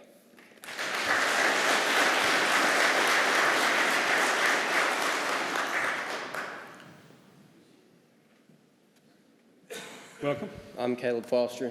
I don't recognize hardly any of you except for Tommy down there. I see a lot of people in here. But I don't know how many of y'all have lost someone to gun violence. I have. I've lost both my parents due to it. In saying that, y'all probably think that I'm against the Second Amendment, which is untrue. I am for it completely. I have concealed carry permit on several guns, a lot of them. The way that I see this is if there's so many people out there that or for instance, all these people, how many people in here are firearms owners? How many of these people do you think are going to go out and just kill someone for no reason? I don't see any of you doing it. If guns are so bad, then why is there anybody left in this world? I mean, it just doesn't make sense.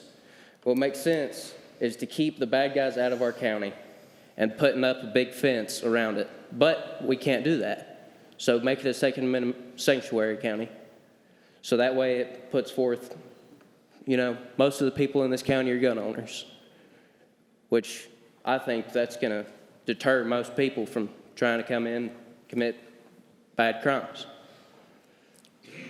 That's really all I have to say about this.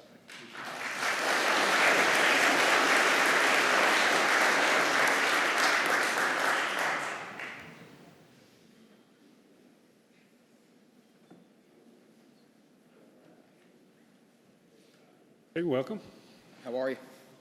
My name's Nick Teague, and I'm a student at Tuscola. It was a typical afternoon at FFA practice when I got a text from my mom that said, "Are you with your dad?" It's kind of an odd thought and an odd feeling when you get that text, because you never get that text until you know something's wrong. I call her, just out of curiosity, just making sure something's wrong. Almost in tears, she says there's an active shooter near her work and that they don't know really where he's at. Had she been in a spot where she was out in the open and he was in that building, I wouldn't be up here talking. I'd be at the house not really knowing what to do. When I was in school that day, I never thought that afternoon that I would get that text or that I would have to call her and ask her if she's okay. In my mind, the main thing when it comes to gun violence, whether it's at work or at school, God has been completely taken out of schools and out of work, and that is not right. God should be with us no matter where we're at. There should be easier ways to go about worshiping, should I say. I'm not somebody who loves to, how should I say? I'm not somebody who likes to get into arguments with people that I know that, there's no point arguing with them.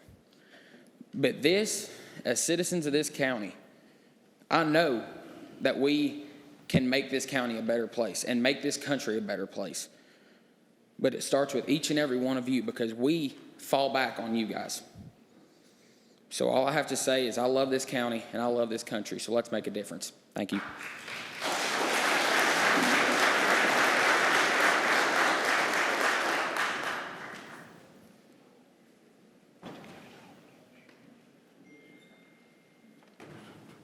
Okay, welcome. My name is Margaret Caldwell Cable. My family were the pioneers of Waynesville from the Cataloochee Caldwells. I had a sister, notice the word was had, My sister was shot right between the eyes with 45, blowed her brains out. So you might think that I would be against guns. I own a gun.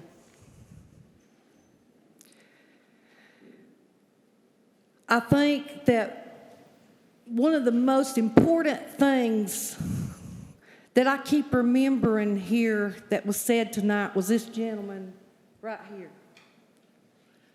He said, "Do you hear us? Do you hear us?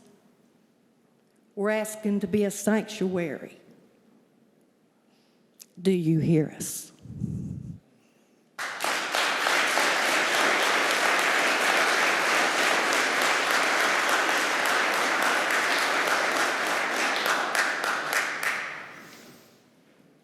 Okay, maybe one more. We'll do one more.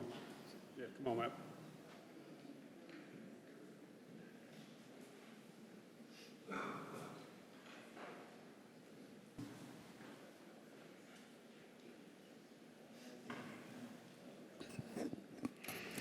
My name's Vicki Queen. I'm from Bethel. Mine's going to be short and sweet. I know all of y'all. Some my family is married into. Brandon, I've known you all your life. Mark, I've known you a long time. But I've got to say something. I've sat back there and kept my mouth shut. I think this whole Second Amendment sanctuary boils down to solidarity. We all need to stick together, and we all need to stand up for each other. Each state, each county, as a whole, we need to say to everybody, we are not going to stand for this. And if we don't use solidarity and everybody stand up for it, it's not going to work anywhere. Because if Virginia's fighting tooth and nail, and it could be here in a heartbeat. We have an election coming up. You don't know who's going to get elected. You don't know what they're going to think. So this thing needs to be handled soon. Okay, that's all I have to say about that. The other thing I want to mention has nothing to do with the Second Amendment. But I know when Swanger was over this, he stopped y'all keeping up with the way everybody voted. It's not posted. We don't have access to it. I think transparency is one of the biggest things in government, for everybody to be able to know how each and every one of y'all are voting, because we don't know who to vote for. So that's all I have to say.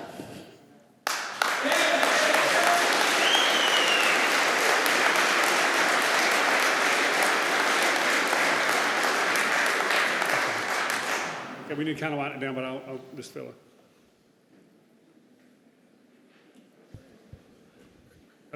Candy, our voting records are on public.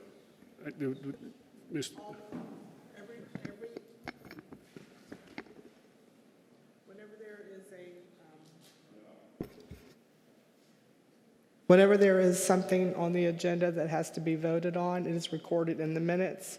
The minutes are in our record books. When a record book gets full, it goes to the state archives. It gets archived in the record. It is also on the website. We're totally transparent on the votes. What is required of us is to record the votes after a motion. If it's not a unanimous vote, then we have to say who voted for what. There's nothing statutorily that requires us to make a list of every motion and who voted for what. There's nothing to compile a separate list. But every item in the agenda that requires a vote is recorded in the minutes. Sir, welcome. Hi, my name is Scotty Rollins. I am a bivocational truck driver and pastor. And whether it's considered Second Amendment sanctuary or whatever the words might be, what we're asking for tonight is that we, as Haywood County, be a Second Amendment protected area. I stand firm. I am a concealed carry. And yes, I do carry in church whenever I'm pastoring. But standing for each and every one here. I'm a pastor, I'm a father, grandfather, and a friend. I was asked one day why I carry. If I was afraid, I said, no, I'm not afraid of anyone. And I don't carry for me. I carry for the protection of others. Now, I'm asking our government of Haywood County to pass along that protection for us. Thank you.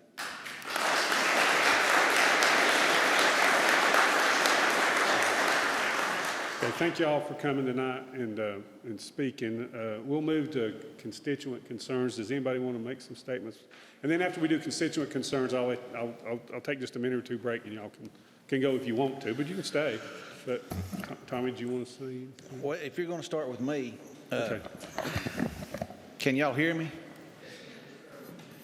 You know, I am elected to represent you all. I appreciate your support. I think it's my duty to give you my opinion on this. And I know there's been a lot of misinformation floating around, and I do appreciate everybody that come tonight. You exercised your First Amendment rights of free speech by being here. I applaud you for that. I want to applaud all of you who served in our military to protect our people and fought for our country. But I want you to understand where we come from. I'll make a couple of comments. There was a gentleman said that our sheriff, he said he thought that was a little unusual for him to be here. Well, I can tell you, folks, if you'll come here, he's here regular. We've got a great sheriff. I appreciate the sheriff and appreciate your comments to begin with. Some of these issues that have been brought to the podium, it's beyond our jurisdiction. We're not lawmakers. We don't set gun control statutes like how high capacity magazine you can carry or bump stops or any of those things. That is another level above us. And but you know, we're here to represent you, and the school board. You know, I'm communicating with the school board, and I heard a lot of concerns about school safety, and I guarantee you they're aware of it.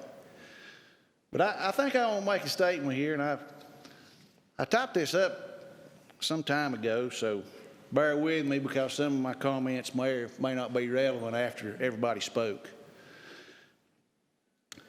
I'm proud to be an American, a land where masses of people come from all over the world to this constitutional republic to try this wonderful and marvelous experiment called the United States of America, where freedom abounds. It wasn't always like this. Prior to our independence, our forefathers had become abused and downtrodden under the heavy hand of tyranny. Taxation without representation was the cry. Paul Revere is credited with saying, shooting the shot that was heard around the world on July the 19th, 1775. Brave men had formed militias after several previous skirmishes, like the Boston Tea Party, and patriots were ready when the British attacked. Before and after our Declaration of Independence was signed on July the 4th, 1776, brave men toed the line and stood against tyranny imposed by King George. Men of renown, like George Washington, Benjamin Franklin, Patrick Henry, Alexander Hamilton, Thomas Jefferson, John Adams, a lesser-known man, John Stark, a 40-year-old farmer and a sawmill operator. When he heard of the battles at Lexington and Concord, he quickly mustered up 400 men. He must have been very influential. He led them to stand in the gap at Bunker Hill to stop the British's advance. Men like Francis Marion, the Swamp Fox, who was a farmer, gathered a guerrilla force and ambushed the British frequently after the British attacked Charleston, 1780. Common men. These men had grit. They had the taste of freedom and the hope of independence that drove them. After finally winning our independence in 1783, this fledgling nation gathered itself in a somewhat unclear and unorganized fashion. Then in 1787, the Constitution was created and finally adopted in March 1789. Finally, a document to live by that ensured our future independence and personal liberties. A three-pronged system that provides representation by and for the people. Elections mean something. I'm surprised that the last speaker was about the only one that mentioned elections. There was two or three. Elections mean something. It's our system. We the people. The first phrase containing we the people clarifies that the government is controlled by the people. The first 10 amendments are widely known as the Bill of Rights, and I'm glad our founding fathers protected us against future tyranny in 1789 by giving us the Second Amendment. A commissioner, for those of you who said we've been ignoring you, a commissioner is required to hold a neutral position on any issue brought before us for our consideration. That ensures that the minority gets heard and the majority rules. We're bound by that. The minority gets heard, but the majority rules. Even what seems a simple decision or a resolution, we're all to consider all sides and without a preconceived prejudice to skew our judgment. Our actions affect all 61,000 people who live in this county. When the data is in, we savor it, mull it over, and come to a judgment. This particular one's hard for me to do. I took an oath. It's hard for me to do this. I considered this. I took an oath about a year ago to uphold and defend the Constitution. I laid my hand on the family Bible and done that. The final phrase of that oath, administered by Judge Foreman 4 ago, was, "So help me God." I don't take that lightly. Many are scared. They're scared by things going on to the north. They're afraid of what's going on in Virginia. Fear of what might be or what might be coming. Red flag laws. Who makes them? Lots of ifs. Thankfully, right now, North Carolina is not in danger. Our Constitution is not in danger, changing. But I do believe it's real. There is pressure on our Constitution. Not just the Second Amendment, folks, but many of those rights that we hold dear, like the right to free speech, are being suppressed. The right to due process under the law. Everybody deserves a fair trial. Voting rights. Equal rights for all. And freedom of religion. I don't want you cramming your religion down my throat, and I don't want to cram mine down yours. Government overreach is a real threat. It's a real threat. People in this room should be the biggest advocate for getting out the vote in our next election. Vote for constitutional candidates who protect our freedoms, and everything will be fine. Be the man or woman in this audience tonight that has credibility and integrity to influence others to go vote. The power lies within you, the people. This discretionary silence from commissioners during the issue is only temporary until action is taken. I know the silence is frustrating. Everybody wants an answer. But never think I or others here are trying to be reclusive, disconnected, withdrawn, or unconcerned. It's our duty to be silent and unbiased and listen and consider and then act. Your mom and daddy probably taught you at an early age that haste makes waste sometimes. I took the oath to defend the Constitution. I meant it then and I meant it now. This proposed resolution, I think we'll get there. It is simply an affirmation of what I said I'd do a year ago.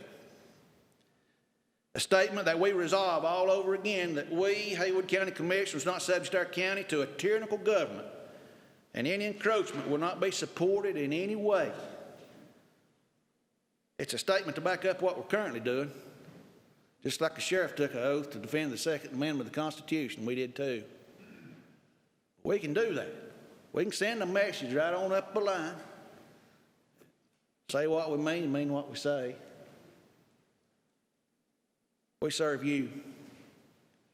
In this room, people here have ancestors who fought with George Washington against the British or in other wars here and abroad. Like the phrase in Lee Greenwood's song about freedom, I can say, I won't forget the men who died and gave that right to me. I'd gladly stand up next to you and defend her still today. There's no doubt I love this land. God bless the USA.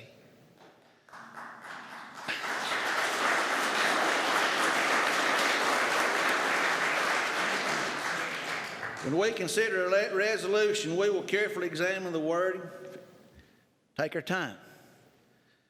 Not only the first 10 amendments, but the other 17 that contain many of our civil liberties as well. We simply can't go off with a higher trigger or not look beyond the target. Those are familiar terms with this audience. What infringement will be next? We're going to have another meeting next year on free speech. We're going to have another meeting next year on freedom of religion. We'll come on down the line a few months from now. We're going to have an equal rights sanctuary county solution resolution. And I'm being real. What infringement will be next? Patience when not in the face of immediate danger is a luxury. We're not going to be first. These 10 or 12 already beat us. I know we in Haywood County, we like to be first, don't we? We like to win. But patience, when there's not an immediate danger, is a luxury, and let's take advantage of it. Let us all remember this is our country. It's our county. United we stand and divided we fall. We're one nation under God with liberty and justice for all. We can't pick a star off that flag or pick a stripe. We take it all. The Constitution is a bipartisan affair. Our 11th District Congressman made a statement on this very thing yesterday. Democrats, Republicans, and unaffiliated citizens, they all deserve the right to bear arms and defend themselves against threats, both foreign and domestic. And they need to benefit from the whole Constitution as well. In the midst of the Second Amendment discussions, I'm reminded again and again that a strong defense is key to peace, law, and order. Let's keep the peace. Let's be calm and let your elected people here act according to the wisdom that God gives us. As our oath stated, so help me God. I resolve to fulfill my oath of office. I speak for myself. I hope I never break the trust of our forefathers who bled and died for our freedoms that we could be here tonight. God bless you, and thank you all for being here tonight.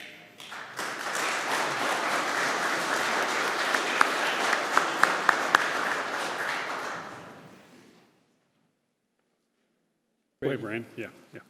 I believe Tommy missed his calling. I think he should have been a preacher or a pastor or something like that. I'd carry a gun like that guy did. I would like to thank all of y'all for coming tonight, and as Tommy and others have said, those of you that's got up and spoke and said that you served in our military, I appreciate that. I also want to say that, I hate that others have to get up and speak about losing a loved one. It touches you pretty deeply when someone speaks like that. But I want to take a firm stand myself tonight. I've wrote something as well, and I want to tell you what's on my mind and how I feel about this whole ordeal. Over the last couple of weeks, I've been contacted by a lot of constituents about making Haywood County a Second Amendment sanctuary. And it's probably because they know me and they know who I am. I own guns myself, and I'm an avid hunter, and I believe in the right to protect yourself.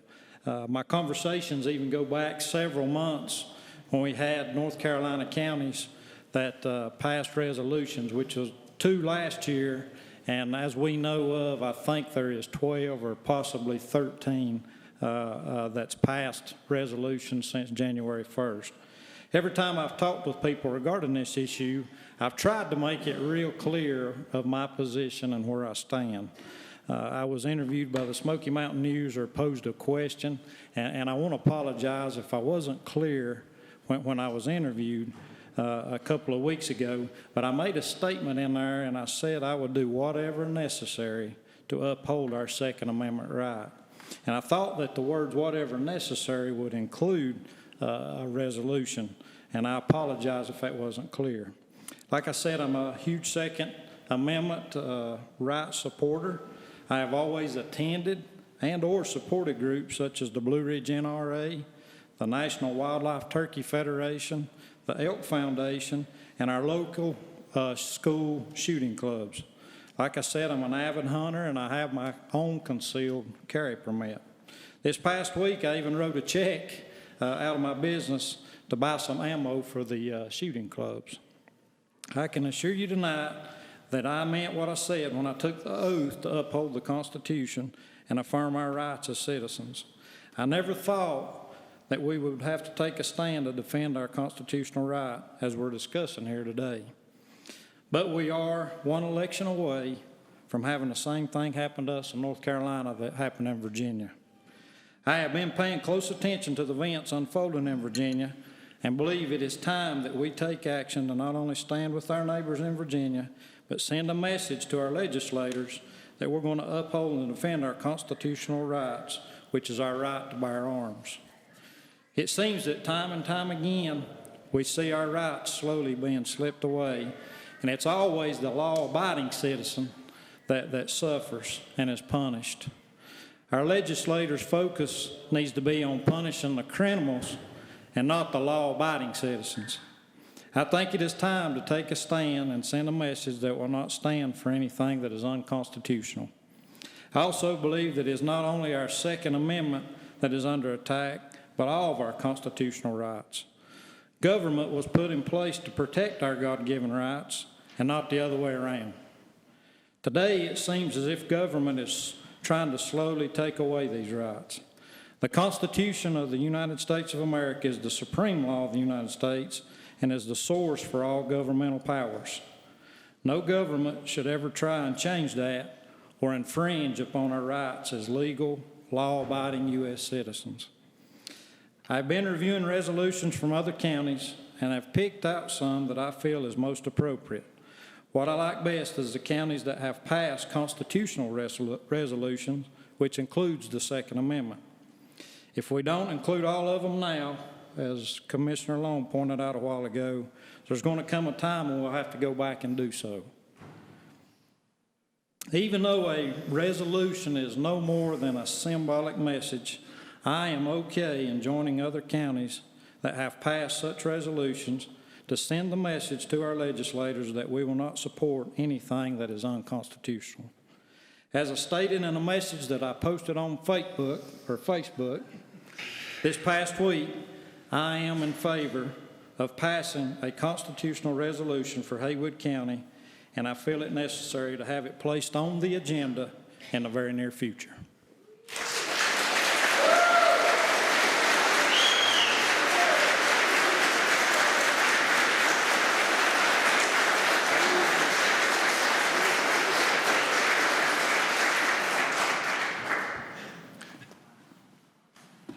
I guess it's my turn. I didn't come prepared with those kind of statements. Matter of fact, I don't even know if I can follow up on that. Well, you know, it's funny because you depending on your party, people kind of take a position on how you feel about a certain subject, and that's kind of what's happening in our entire nation right now. And this is an important issue. It's something that just like has been said already, we have taken an oath to uphold the Constitution, the United States Constitution, as well as the state constitution. And some of the guys in this room that are on the back wall and have been here before, they know that for 25 years, I've done that a lot. I mean, that was my job, was to make sure that the Constitution, that the Bill of Rights, that people's rights were followed. And I defended them time and time again. And, you know, we're talking about we're talking about a sanctuary county, but you know, nothing about what we're talking about tonight is infringing upon your Second Amendment right. There's absolutely nothing. We took an oath to support it, and I guarantee you all 5 of us will support it just like we will the rest of the Constitution. But I am concerned about the divisiveness of our nation right now. And I'm concerned of where these positions and these arguments are coming from and who they're coming from and why they want them. Because honestly, if you want to ask me, I don't think the higher-ups want us all to get along. I don't think they want us to agree. I think they like to see us arguing about things. I think they like to see us getting in the dirt and arguing about menial things. Because there's nobody here. I've got guns, he's got guns, he's got guns, he's got guns, and he's got guns.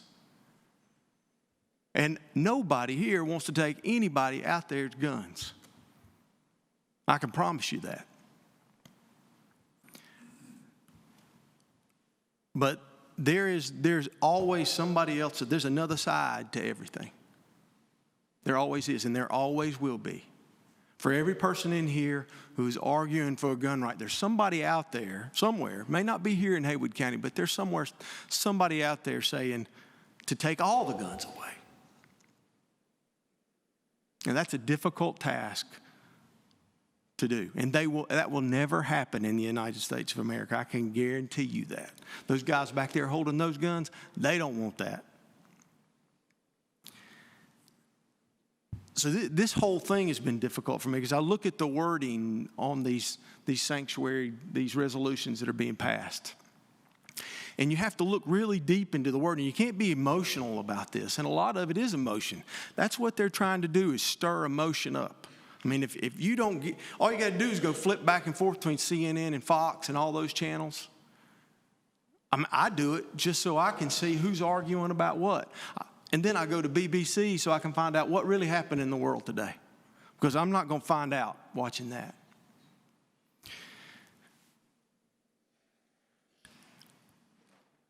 I guess I'm giving you those positions because they really don't have much to do with this particular issue because I'm concerned about our country. I've expressed my concern to all 4 of these guys about our country and where it's going and how people are thinking. So I'm going to leave an open mind to this resolution and how it's worded and what it says. There's some that I've read that I could not support. There's some that I've read that say basically what I'm doing already, which is supporting the Second Amendment. But what I would encourage all of you to do is to step back. One, no, there's nobody up here on this commission. There's no one in this state right now. I mean, I suppose there could be some people out there, but there's no imminent threat that anybody's going to take any guns. There is a question about how do you deal with mental illness? How do you deal with people obtaining weapons with mental illness? And it's something that really has to be looked at, and it's a difficult thing to deal with. And I don't know the answer to that, and there's a lot of people working on it across this whole nation. And I guarantee you, we talked about our sheriff and how we respect our sheriff, but he doesn't want anybody with a mental illness running around with an AK-47 either. So it's something that we have to approach by taking in all the facts that we can on how to deal with it. One thing I will say, I appreciate everybody being here tonight because we normally don't have this. As a matter of fact, when I knew there was going to be a crowd, I told them, I said, you know, it's about time we had some people here because we don't have people at our commissioners' meetings. And whether you agree or disagree with me or I agree or disagree with you, this is what our nation and our county is built on right here, and that's your input. And don't think that I won't take every person who took the stand there tonight, and I've taken notes. I've got plenty of notes. As a matter of fact, it's the first time in a long time I've had this many notes about what people said. But please, when you walk out of here, don't think that anybody here is going to take away your rights. They're not going to. No one intends on doing that.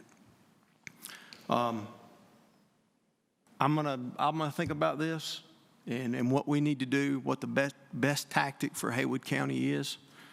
I can't say yay or nay whether I'm going to support that resolution or not, but I will work with them and looking at something. It's apparent that there is going to be something that we're going to look at. I don't know what it's going to say or how it's going to be worded, but. And whether I will, at the end of the day, support it. But I know I will support my oath to do what I'm supposed to do. And I've been doing this for 18 years, and I don't think there's anybody that come up here and says that I haven't tried to do that and haven't tried to explain it.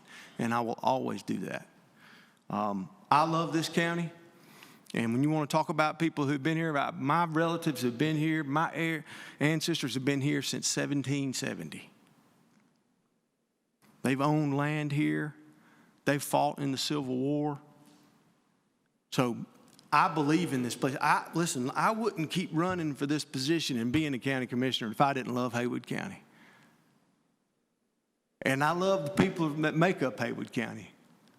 And whether you like me or don't like him or whatever, I have yet to serve with the commission here where there's not a person on it who doesn't believe in trying to do what's best. Now, sometimes they might differ, and I've differed with some people on this board before, but they try to do what's best. And this board will try to do what's best. So when you say you did elect us and we're supposed to support you, we are supposed to support you.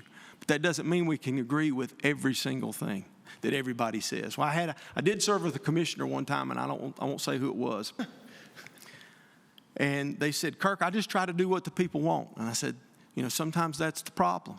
You can't do what all the people want because all the people don't want the same thing. But you got to listen to all the people and you got to try to do what's right. And I will promise that I will try to do what's right. And I have heard you loud and clear this evening, and I appreciate you being here.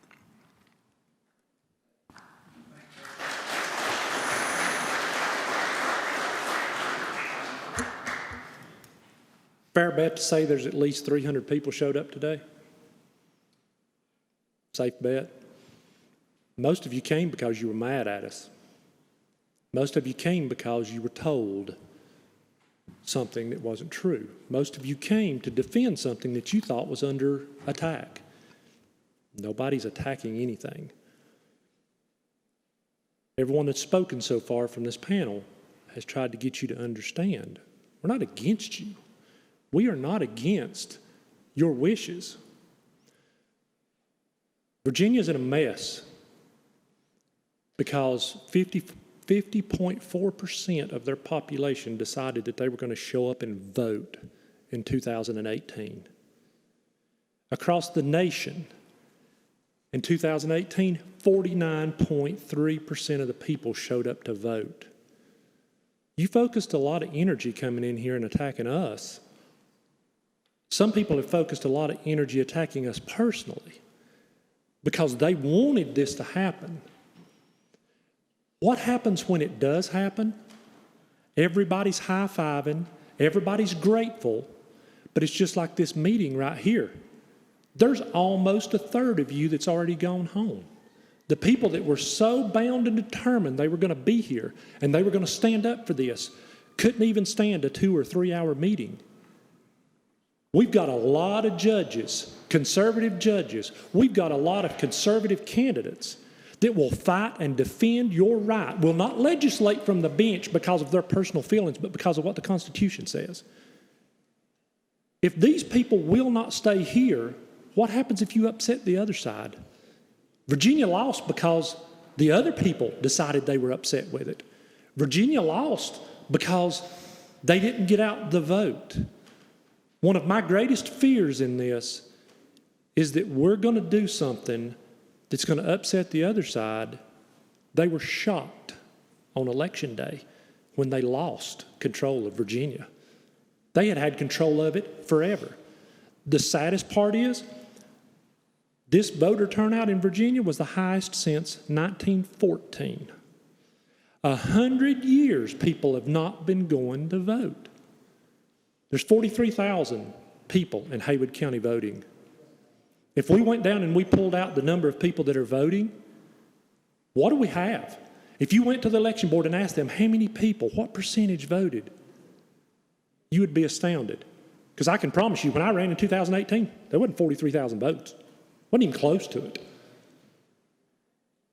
My fear is that if you upset the other side, what happened in Virginia is going to happen to you in 2020. Because just like the people that would not stay here long enough to even hear what we had to say, they don't care what we have to say. They were mad at us and they came to give us their opinion and then they decided it was time to go. If we're not in this race to protect our rights, if we're just sprinting along and we're taking issues that we want to attack and we're motivating people to come and attack us, what's going to happen in 5 years? Nobody says that this has to be done to North Carolina in 2020. They can wait 2 years. The legislatures are back up for vote again. They can change the legislation in 2 years. If you really want to protect your rights, we're not opposed to it. I grew up with guns. I have 2 boys that are Marines. I have more guns at my house than I need. If somebody gets in my house, there's going to be an issue. I'm not opposed to this. But what I am concerned about, and the reason that this is taking a little bit of time to figure out, this has been a great turnout, and I appreciate what everybody has said. I don't want to make something that's going to cost the people of Haywood County when you go back. I've looked around this room the whole time I've been here, not counting county officials and people that I have interacted with. There's less than 10 people in this room that I have talked to on the phone. There's less than 10 people that have ever come up to me in public and said anything to me. My phone is published everywhere. It's all over Facebook. It's all over the county website. It's at Farm Bureau. Everything about me has been about letting people have a voice. A conversation on how I feel, I don't have a problem saying it. A conversation on anything I do, I don't have a problem saying it. If you want to call me and talk to me. Nobody on this board ignores people. Everybody that is here will answer your phone calls and they will talk to you. Now, that being said, we want people that are going to treat us like human beings. We didn't sign on to come up here and represent you and put up with all the pressures and all the things that come along just to be berated and badgered and picked at. That's not what I signed on for. I signed on to be a voice. And I have people that I call on a regular basis when issues are coming up in this county, and I ask them, when I get my agenda on Thursday, what their opinion is, what they're hearing, because I want to do what's right for the people. I have voted against some things that I disagreed with. I have voted against some things that other people that I trust their judgment saw something else out of it. The commissioners that are sitting up here, we love the citizens of Haywood County. I can promise you we didn't do this because we wanted to be important. We didn't do this because we thought this was a good idea. And we certainly don't do this to do anything detrimental to the citizens of Haywood County. All I want you to do is stop and think. When this is over with, and something will be done, I have told numerous people that. When something is done, I want it to be right. And so does everybody that's sitting up here. Everybody says, oh, we've been sending resolutions. We've been doing this. We've been showing you how to do this. Well, if you read the resolution, it says Some of them say that we're not going to expend resources, which means the sheriff's office, to enforce any laws about gun control. That's not legal. The sheriff told you he swore to uphold the Constitution. We have told you we swore to uphold the Constitution. A resolution, whether it means anything or not, makes us anarchists. Because now, all of a sudden, we have just a little bit of piece of paper that says we have some authority to defy the government. Go down here and get on the interstate. Run 75. I'm sure when that trooper walks up to you, he's going to ask you your opinion on what you think the speed limit's supposed to be. This is no different, folks. We didn't create the laws, and there are none in the works. One thing about freedom of speech, and a lot of people don't understand this, there were some bills that were thrown out there that were introduced in February by Democrats. It was large counties, Wake County, Mecklenburg County, Durham County, for gun control. But you know what? That's their right. The free speech applies to the other side. The only difference is we've got to keep conservatives that do believe in gun control in the House, in the Senate, in the governor's mansion, and as lieutenant governor. We've got to have these people as judges that will stand up there when somebody tries to pass something and it gets to them, that will look at it and go, you know, this is not constitutional. I'm not going to do this. That's what we have to do. This here, I'm glad you people showed up. I really am. The problem is I wish it was because you were motivated to help us figure out a solution to make a difference. Instead, it was because you've heard things about Brandon, you've heard things about Kevin, you've heard things about me. You have heard how we are not being receptive to this idea. It has nothing to do with us not being receptive. I got 2 messages today, 2 emails today from people that are on the other side of this fence. If I decided all of a sudden I was going to make an ordinance in Haywood County that says you can't have a red car in Haywood County, is that fair to any of you? Without you being told, without you having an opportunity to voice your concerns? No, it's not. Nobody here is trying to take anything away from you, but that's the pretense that you were led to believe that we were trying to steal something that is very valuable to you. I promise you, between my boys and myself, we could start our own war. But when it comes right down to it, we don't need to start our own war because there's no reason to. If it ever became a reason, then I could see some of this. But at the end of the day, I want you to understand something. When this resolution is done, if it's not done correctly, even though it doesn't have a legal standing whatsoever, it can transform Haywood County. 5 years down the road, 10 years down the road, we don't know the outcome. And that's some of the weight that comes along with the decisions that you consider to be very simple to make. I can understand your passion. I have passion for a lot of things in my life. But I can't let my passion make me make a silly mistake that could end up costing my boys or that could end up costing my grandchildren when they finally get here. Thank you for all of you for coming out. I really do appreciate it. But please try to understand. We need this activism getting conservatives elected. You need to talk to the candidates, find out who supports and believes the way that you do, and you need to work just as hard for them as you did to come here tonight. And the folks that you know that left, you need to relay that to them. We need to do more. We got a primary coming up on March the 3rd. We got a general election coming up in November. I can promise you, if we're not out there working, the other side is. They're trying every way in the world. I saw all the Tom Steyer commercials I want to see. I saw all the Mike Bloomberg commercials I want to see. But you know what? I really can't say anything because they're out there and they are pushing their cause just as hard as they can. Please stand up and push your cause. Push what we're all here for today and push the things that matter to each and every one of us. I can promise you, anybody that's been around me for the last 2 or 3 months since this whole conversation has started, my focus is in defending the entire Constitution of the United States because that entire Constitution will be under attack. This is just the first phase. If they take my guns, they can take everything else. But every piece of this is going to be attacked before it's over with. Channel this energy and don't let it die tonight. And like I say, if any of you want to call me, my phone number's out there. Call me anytime you want to, and we'll have a conversation. Thank you.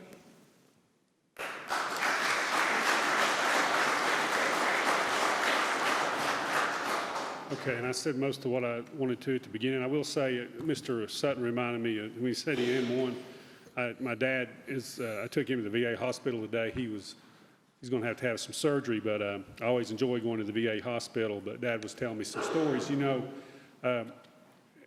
Dad, he got shot at and things got blowed up, and he was telling me some of the stories on the way back home. And I can tell you that I'm going to uphold the Constitution because I'm going to honor my dad and all he did. And I love going to the VA with him because I see all those veterans that have sacrificed so much for us, and I don't want to let them down either. So I will always honor the Constitution. I want y'all to know that. Brandon and I have been kicking this idea around for several months. I think Tommy and I talked about it back in the spring a little bit, and Brandon. And we've just kind of kicked it around. And if you know me by trade, I'm a land surveyor, and I'm very analytical and methodical and evidence-based. When I do something, I don't do anything in a hurry. Most of my clients get mad at me because it takes too long to do a survey, and I understand that. But when they get the survey, it's right. They don't have to go back and call me a few weeks later and say, I've got a problem with it, because there's not a problem with it. So I don't have that problem. And I do the same thing here when I'm doing work as a commissioner. I'm very analytical when I look at things. So I'm going to look at all the evidence that we have to create whether or not we should do a resolution, and then, whether we should. I got a video the other day I was watching, and the fellow was like, y'all are, if you do a Second Amendment sanctuary, he said, this is a national constitutional amendment. He said, y'all are retreating if you do that. And if y'all want to see that video, it's pretty good. It's, I think, Bill Whittle. You might Google him. He made a good case about why we shouldn't do sanctuary counties, because he says if you do sanctuary counties and then something happens in the county, then you do a sanctuary neighborhood, and something happens in the neighborhood, then you do a sanctuary street. You're just getting smaller and smaller. And he says it's it's a federal constitutional right. States don't need to be doing these things. They're not doing things the way they should be. It's national. It's federal. It's already a right we have. We don't need to be, we need to guard our constitutional rights. And states, I guess that's a legal argument. States don't need to be doing things that take away legal constitutional rights. And this guy made a great point. But Bill Whittle, if you ever want to watch that video, it's called, it said it's a trap, the Second Amendment sanctuaries or something like that. But y'all ought to Google that and watch it. He makes a good point. But anyway, beyond that, but I am very analytical, and I've been studying some of the North Carolina, and I think I've forwarded some to all the commissioners, the North Carolina resolutions that have passed. And I know Brandon's been looking at the Virginia ones. And I think this kind of started in Nevada back a few months back. So, and then Illinois has a bunch of counties. That's kind of surprised me.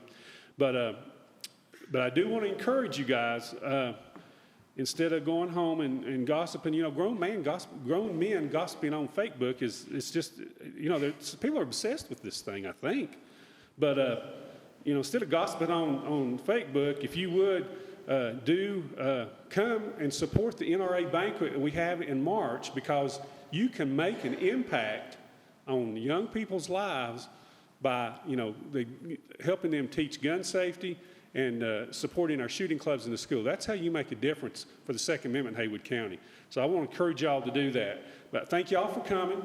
I'm going to move on to our other agenda, but I want to give you just a minute or two so y'all, if y'all want to leave, you can. But if you want to stay for the rest of the meeting, you can. But I'll give you just a minute to go if you want to, okay? And thank y'all for coming.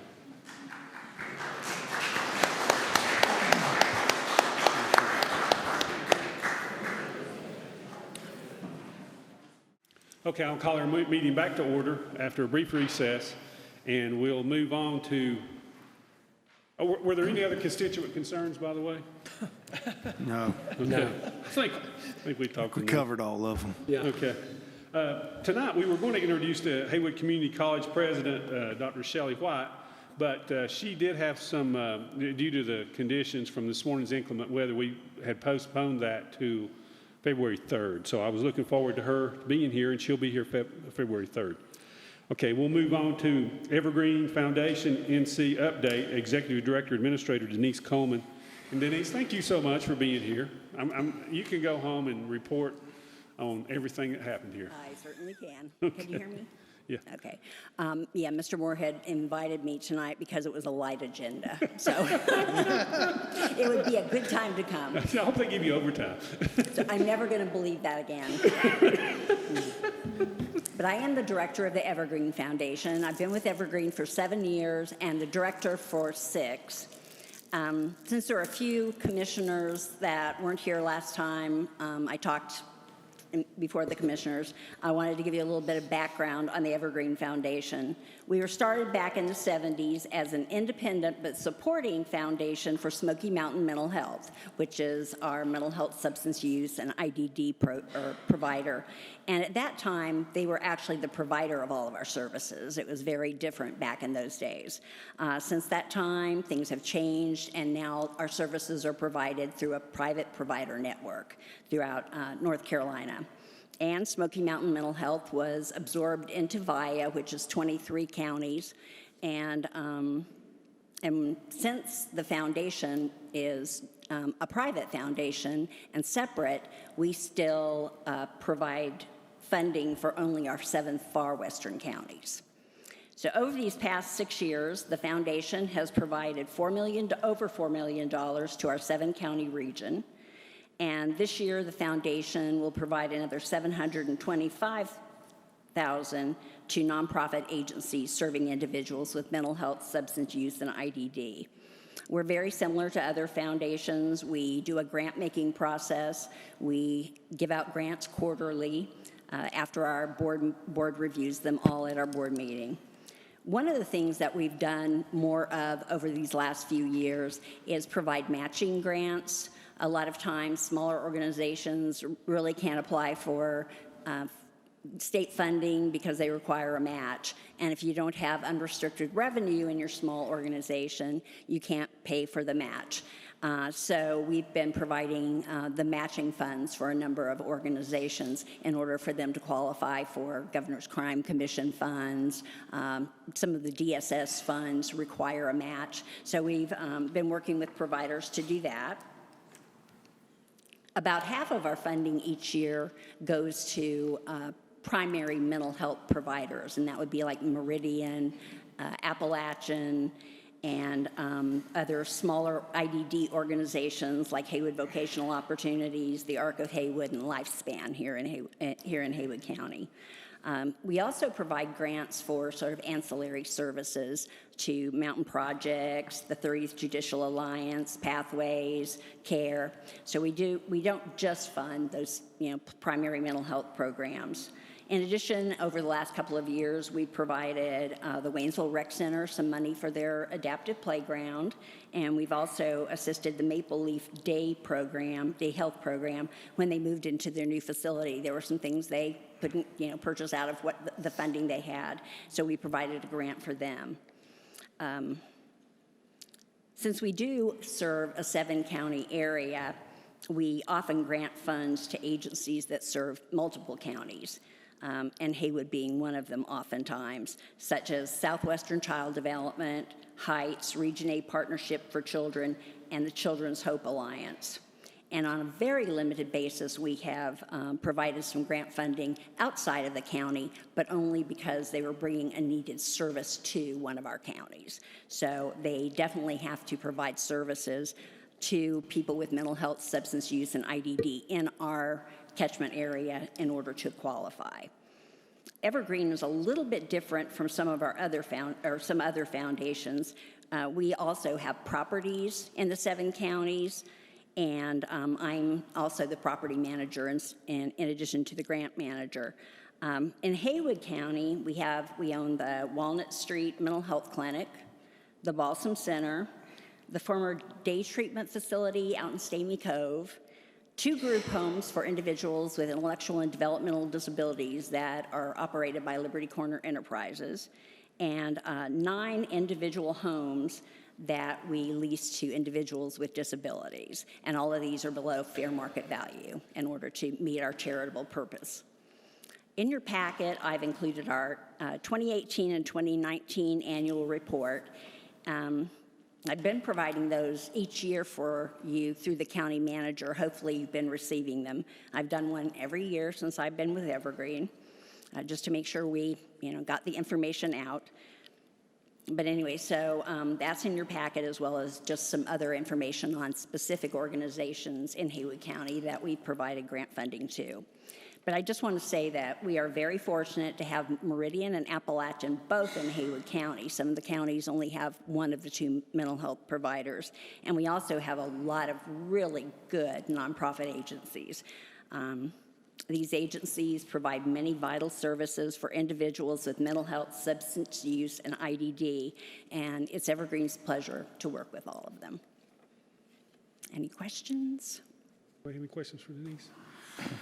Denise, actually, come to think of it, this was probably a pretty good meeting for you to be at, because you do deal with mental health issues, and one of the issues that we have is, mental health. Yeah. And all these, the incidents that have caused into question us to discuss Second Amendment and Second Amendment sanctuary are probably derived from people with mental health issues.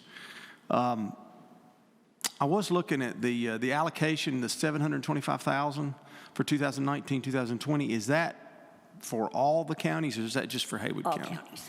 So what is the formula that Evergreen has to come up with to determine how much money they're going to divvy out? And I guess the reason behind that is this last year, things were making about 20 to 30%. So it appears that the investments would have done better, and there would have been more money to invest than 725. Okay, we're a private foundation now. When I came before, we were a public charity. Right. So Evergreen set their own formula. And now it's 5% of our investment income, less program expenses that are that can be linked directly to our charitable purpose. So that's auditor driven. Right. Mm-hmm. So last time I didn't have that answer because I had no clue. Right. Well, and I'm just curious with the amount of because I serve on the board that holds the money from the hospital, and coming up with the formula to make sure you maintain the corpus, but you also support the programs, and so. I was just curious because I didn't see it change that much, and I knew the type of investment year that probably everybody had. Well, and what it is actually a rolling 5-year cycle for your audit numbers and things. And so there was one year where the auditor said maybe you should give $425,000, and the board opted to give a higher amount. Okay. So yeah. Okay. All right, thank you. But yeah, I'm watching that really careful too. And I think the commitment to make sure that we do, a certain level, I think is there now. Thank you. Mm-hmm. Any questions for me? Just a comment, Kevin. I do know that there's other counties that receive that $725,000, but looking at the list there's a lot of the organizations that are based here in Haywood County. So there's a lot of them getting a lot of that money. So just a comment. Yeah, it's not that I don't appreciate the fact that you provide the money to the programs. I'm just asking. Well, I'm based in Haywood County, and I've worked in Haywood County for 28 years. And honestly, probably we get the most proposals from Haywood County. Probably the next amount probably from Jackson or Macon, which makes sense, and really lots fewer from the farther western counties. So yeah, the bulk of the money. And because Meridian, is based here and mostly here in Jackson County, a lot of it goes there as well. It's just good to have. I didn't realize the list was as long as it is, so thank you. Yeah, like I said, it's a real pleasure to be able to work with organizations because our mental health system has changed so much over the years, and Kirk's right, the gun violence and things are certainly a result of not having enough services, not having enough providers. Yeah. There's a lot of things like that. And honestly, a lot of it would take a whole lot of grant funding to put that back up to where it needs to be. Yeah, that's one of the problems we have in the county is mental health issues, and that drives the homeless issue, and it's kind of a big circle. Well, just finding providers. Yeah. I think I looked at Meridian's website one time, and they had 35 openings. That's a lot. Wow. Yeah. I see this generic list of who all's getting money in Haywood County. Is there any way of getting a detailed breakout of that, or? Yeah, actually, I do an article every quarter for the paper, and it goes in there. And then I have a thing that goes in our audit every year that has the names of the organizations and the amount they received. But it is in our audit report. It's called our program accomplishments. And I heard you say the Maple Leaf, that you helped that, so that's the Maple Leaf. Yeah, that you helped we did when they moved, yeah. And I appreciate that. That's for everybody, that's the adult daycare in the county, and that really helps families have somewhere to leave their loved ones while they go shopping or whatever they need to do, and it gives them a little bit of a break so they can take care of other items, and I appreciate you helping that. It's a great program that we have in the county, and that really helps, so I appreciate that. I'm glad to be a Haywood County resident. Yeah, that's true. Yeah, I'm proud of our senior center over there and stuff. So, I coached Denise's daughter in basketball. So how's she doing? I know she was.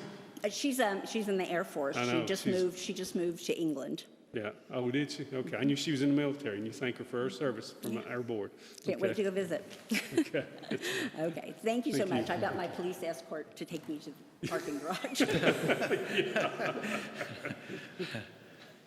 That's for sure. Okay, and our next presentation is the Haywood County Library, the Family Place Library's presentation. We have our library director, Kathy Vossler, and the Canton branch manager, Jennifer Stewart, and Canton Children's Librarian, Deanna Lyles, here this morning. And I appreciate you guys waiting so long to do this. So thank you all for staying. Thank you so much this evening for the opportunity to present to you about Family Place Libraries. Family Place Libraries is in over 400 libraries nationwide in 29 states. And I was privileged to be able to bring this program to the library I worked for in Texas back in 2017. So I attended training, I implemented the program, and I saw how successful it was there. So when I came here and the first time I visited the Canton branch, I thought this is the perfect place for the Family Place Libraries program. They already had a great setup in their children's area, and then with the staff that we had there, I just felt like it was going to work. So Family Place Libraries really gives public libraries the opportunity to support parents and families with very young children. Historically, we think of the issue that we don't bring our children to the library until they're getting ready to read or when they're just starting to read. And Family Place really appeals to parents with very young children because research has shown that all of our neural pathways are formed by 3 years of age, which is kind of a scary thought. So if we don't reach parents when their children are very young, we may miss the opportunity to really prepare them for school and for lifelong learning. So, Mr. Long, you mentioned about Haywood County being first. We like to be first, I know, in different things. Just to let you know, the Canton branch of the Haywood County Public Library is the first library in North Carolina to have an active implementation of Family Place Libraries. So we're very proud of that. So without further ado, I want to introduce you to my colleagues. I'd like to recognize Jennifer Stewart, the Canton branch librarian, and Deanna Lyles, who is the children's librarian at the Canton branch. And they will tell you more about Family Place.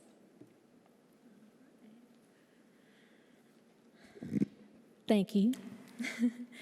Thank you for letting us tell you about this exciting program. I'm going to provide an overview, and then Deanna Lyles will give you more details about our implementation at the Canton Library.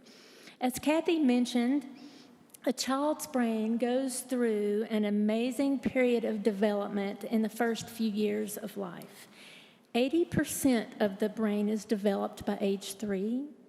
90% by age 5. And in Haywood County, 45.3% of children under 5 years old live in poverty. And that statistic is from the Haywood County Community Health Assessment for 2018. Research shows that living in poverty or in areas of low opportunity has a negative effect on a child's development. Gaps in development appear before children turn age 2. By age 2, children in the lowest socioeconomic group are behind their peers in measures of cognitive, language, and social emotional development.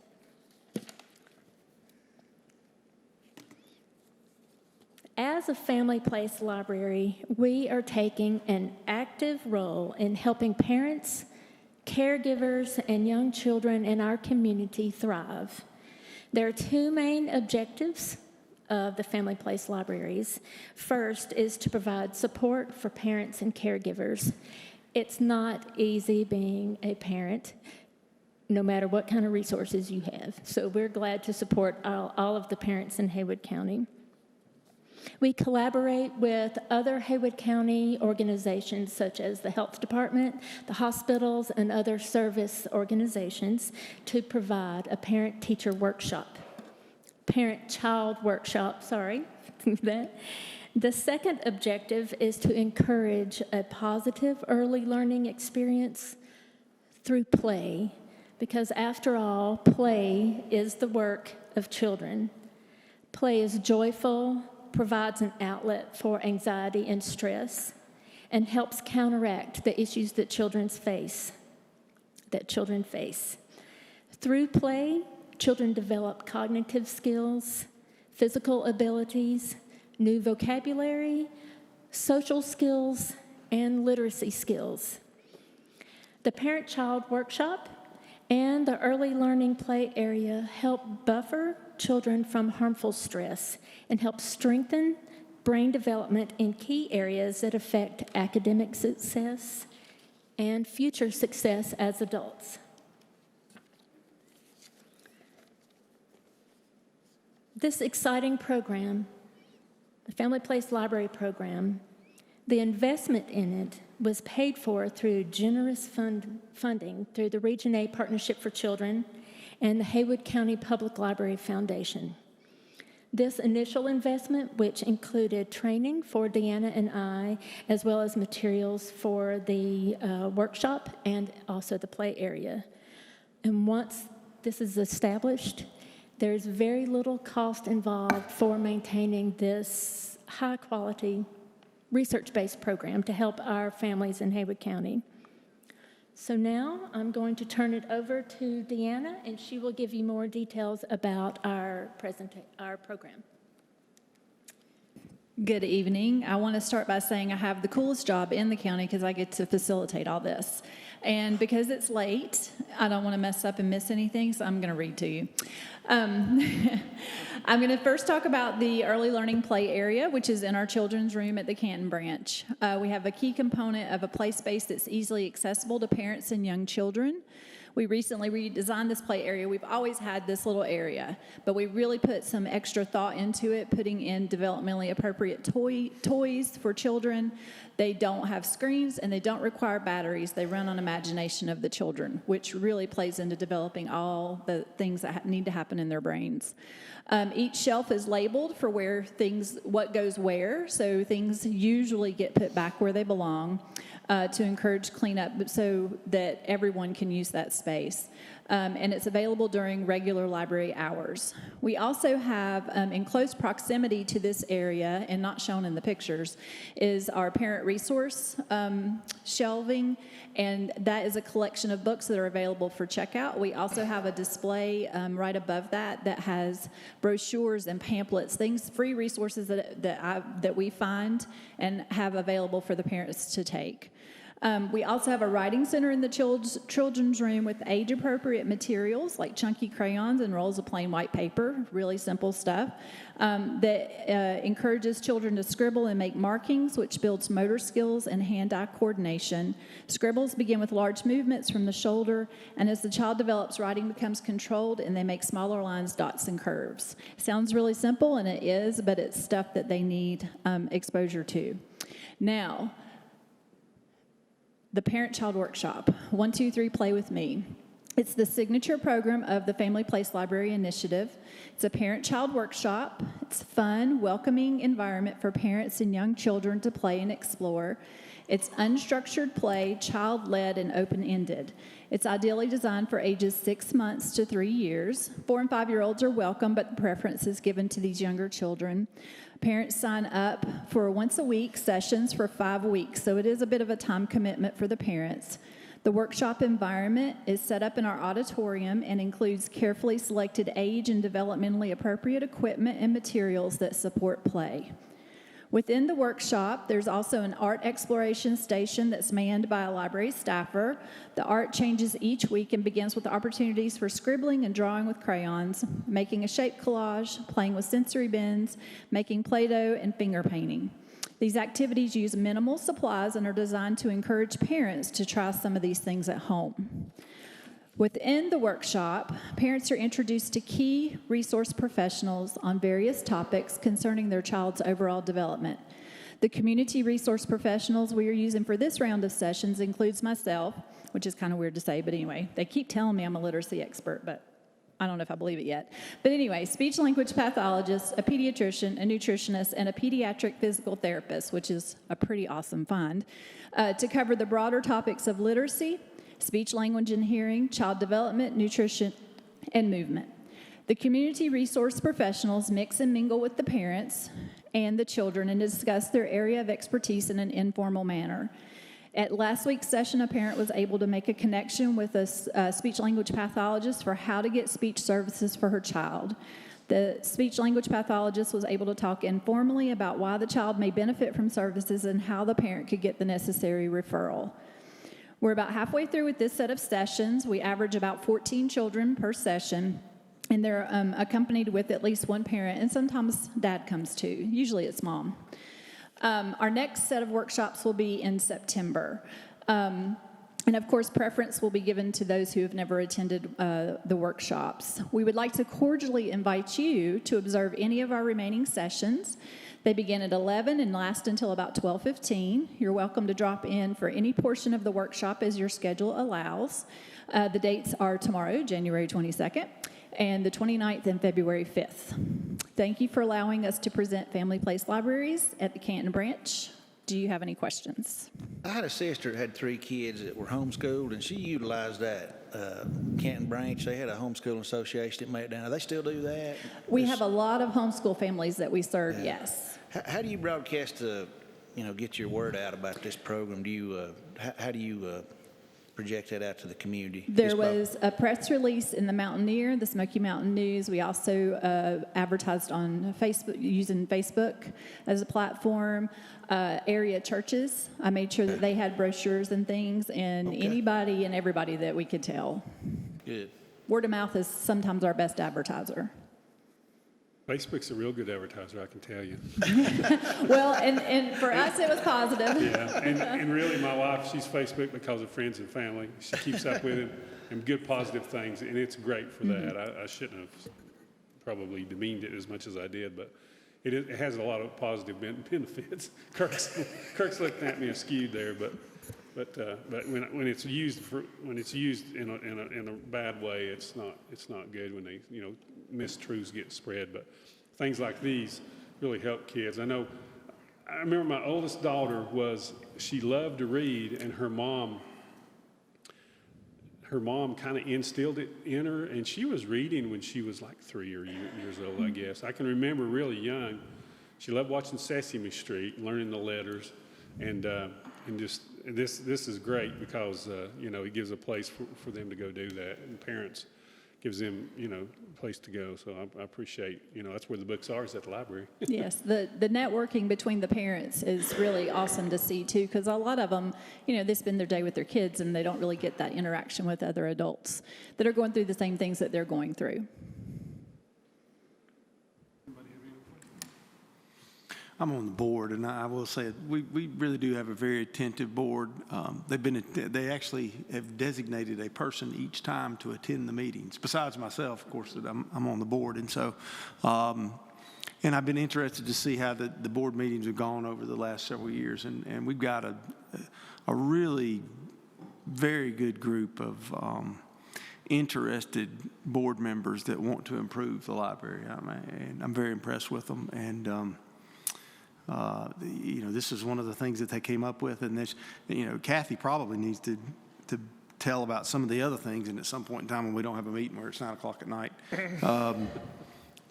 she probably does need to come up here and explain the different things that you can do by utilizing the library. I mean, you can get the library on your phone. As a matter of fact, let's see, in the next month, we'll have the entire Mountaineer from 1800 or something like that. You can get it on your phone through the Haywood County Library. I mean, that's amazing what that's going to do. Go all the way back and look. And so the stuff that you can access the Haywood County Library with your library card over your phone. And it's just, I hope that more people will learn that they can do things like that, because it's not just the place and it's not just the books. It's expanded beyond that. And these ladies are working hard to get out into the community so they can serve them. I appreciate it. The really cool thing about this program is bringing in those community resource professionals and giving parents contact with those professionals that can help them and answer questions, things that may not think about in the 15 minutes they've got if they've got 15 minutes with the pediatrician at the well child checkup. So it's really great to see. I just want to clarify one thing. Excuse me, did you say Canton was first? Okay, Yes, I was just sir. making sure. Oh, brother. Yes, Here sir. Here we go. I think it's on the Pisgah side, Kurt. Kidding. Way to go, Brandon. But of course, anyone in Haywood County can come.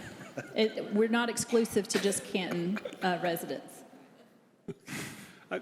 Did you hear, getting serious here, did you say some of you folks come to every one of our board meetings? Yeah, there's a person from the library board, a board member here. I'm impressed. Yeah. Yeah, thank you. Some of our meetings are very boring, so. Not like tonight, but, for you to be here. Any other questions? No. I did have a question.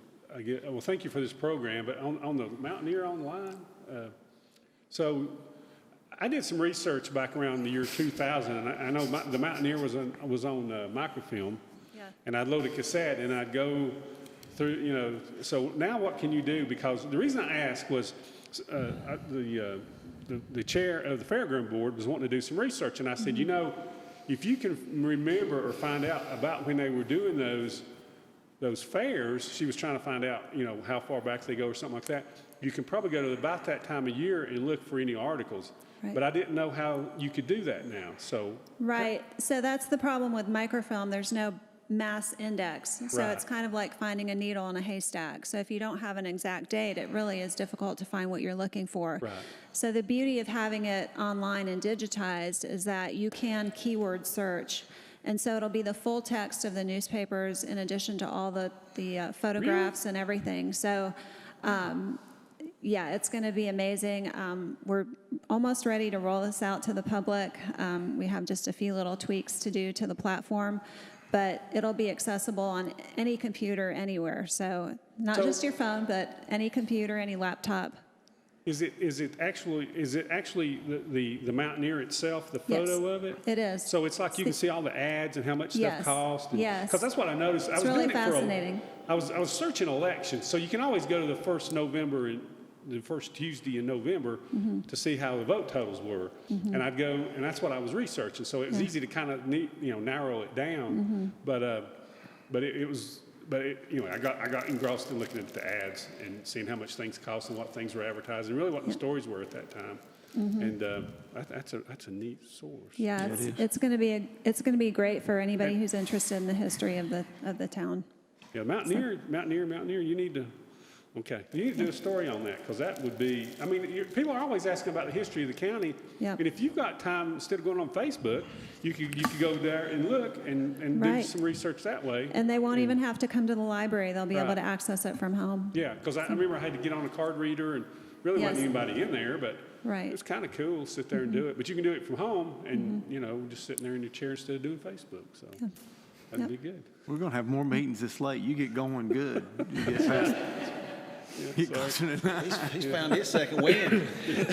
Well, and Kathy, thanks for you and your staff. I think we've got a great staff right now. Thank you. Because if we're number one, even if we're in Canton, number one. Well, Waynesville can be number 2. We could be number 2, yeah. You like that, don't you? All right. So, well, thank y'all for staying. We really appreciate it. Okay. Okay, great. Okay, that concludes agency reports. Discussion adjustment to the agenda. Does anybody have anything? Okay, the next, I'll go to our consent agenda. So I'll just read through these, and at the end we'll ask any questions.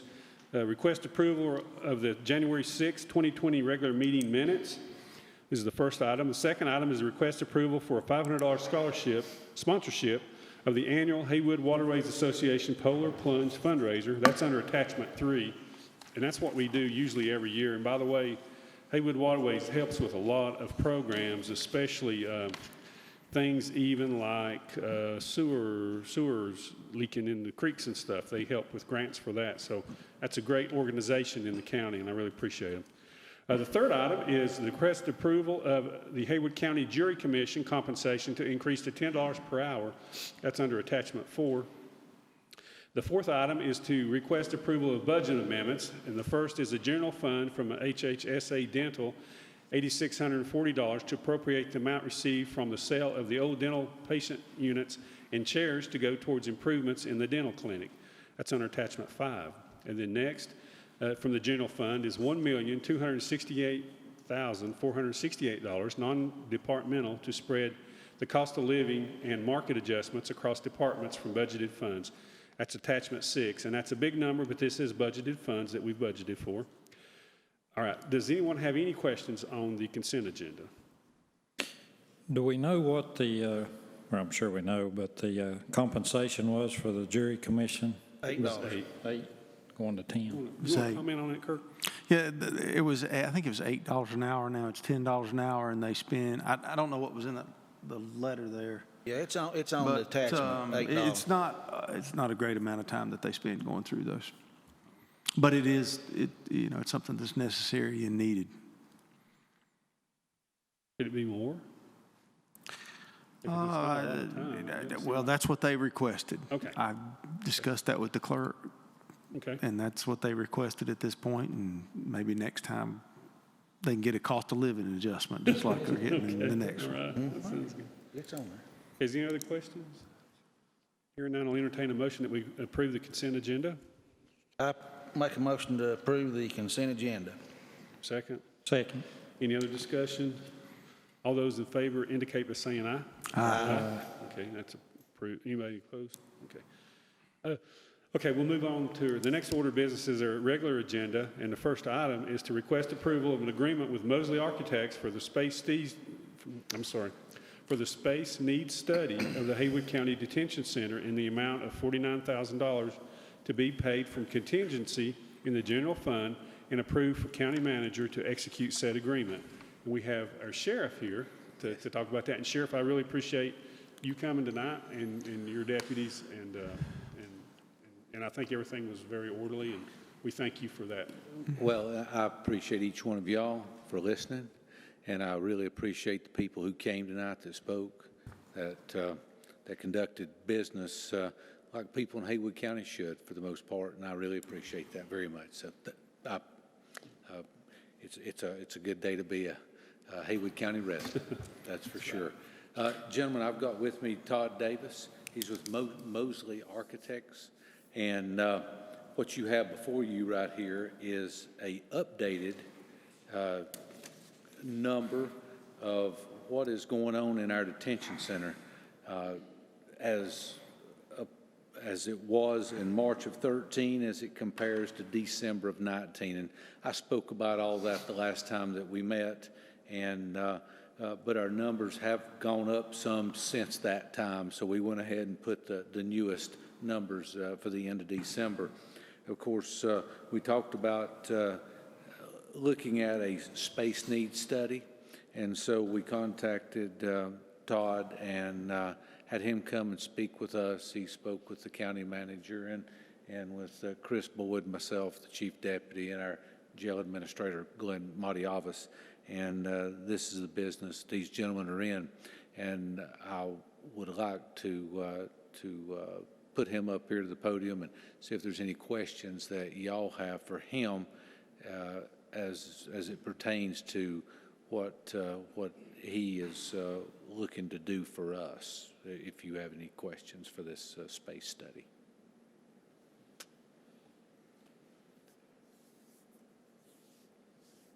I don't know if I necessarily have any questions, but I know there's certainly a need for us to add an additional pod. When we planned this 15 years ago, we knew that we were probably going to have to do this. I don't know if we knew it'd be in 15 years or not, but and I think a lot of this plays into the fact that the annex that we utilize is really cannot be utilized the way it's utilized, or it's really kind of on the cusp of. I probably shouldn't say that in a public meeting, but. We're getting our best use out of that facility. Let's put it that way. Yes, and another thing, when I talked to the sheriff about it, was the need to have to separate people in the jail cells, the different type of crimes, and your more severe type crimes and criminals and people who've committed those, and those that are not so violent. And so that's why we need more space in the jail, is for that separation, as well as the female inmate population. And it has grown. And matter of fact, it's more than what we can fit in one pod, I take it. It is.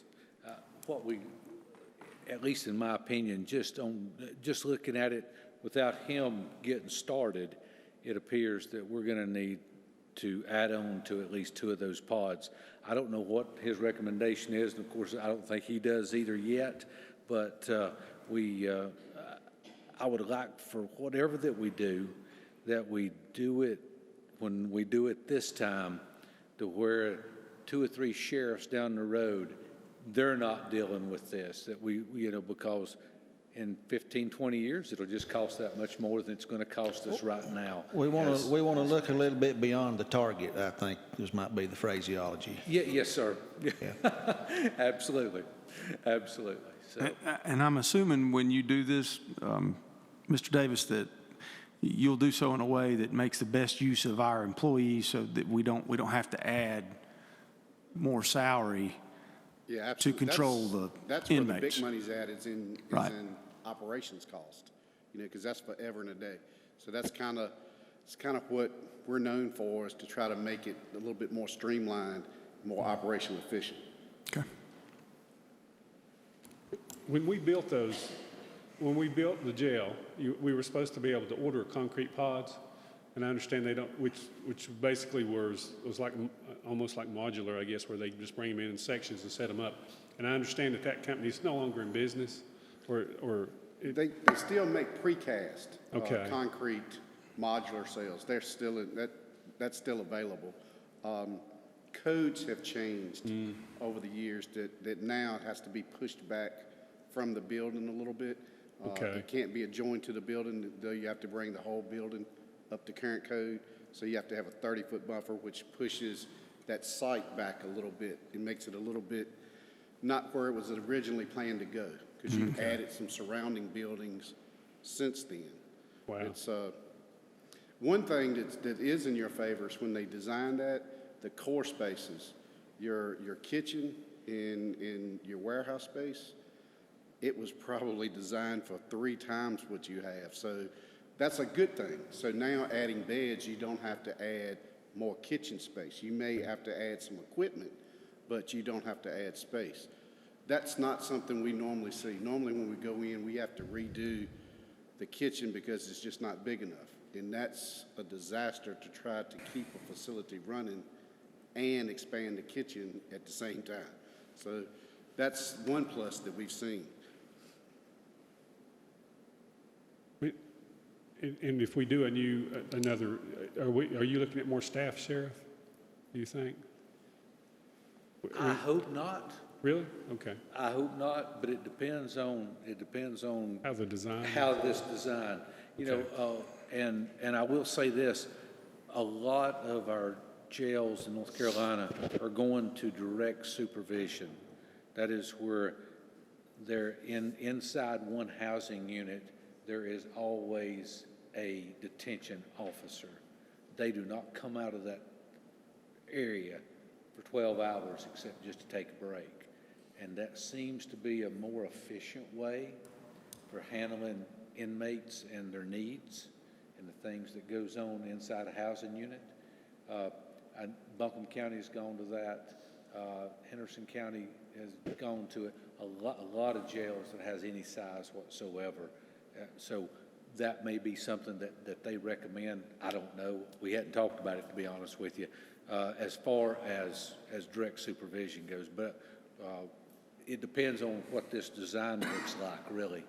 And if those spaces that are in the back could be the word that we could hook on and still have sight, still be able to see the way that we need to. So, okay. Once he lays it out for us, I got a feeling we'll know really quickly what it's going to take. Yeah, kind of the first order of business would be defining what the elephant is. So I'll do bed projections first to look at in 5-year increments what your bed need is going to be through the year 2040. So then you can say, okay, by 2040, this is what it looks like we're going. This is how many beds we're going to need. Then we can start, getting that narrowed down a little bit more to what's it going to look like.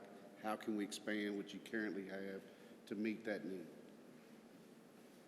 And I'll say too, and I say this all the time when the sheriff's talking about the jail, but I appreciate the faith-based programs.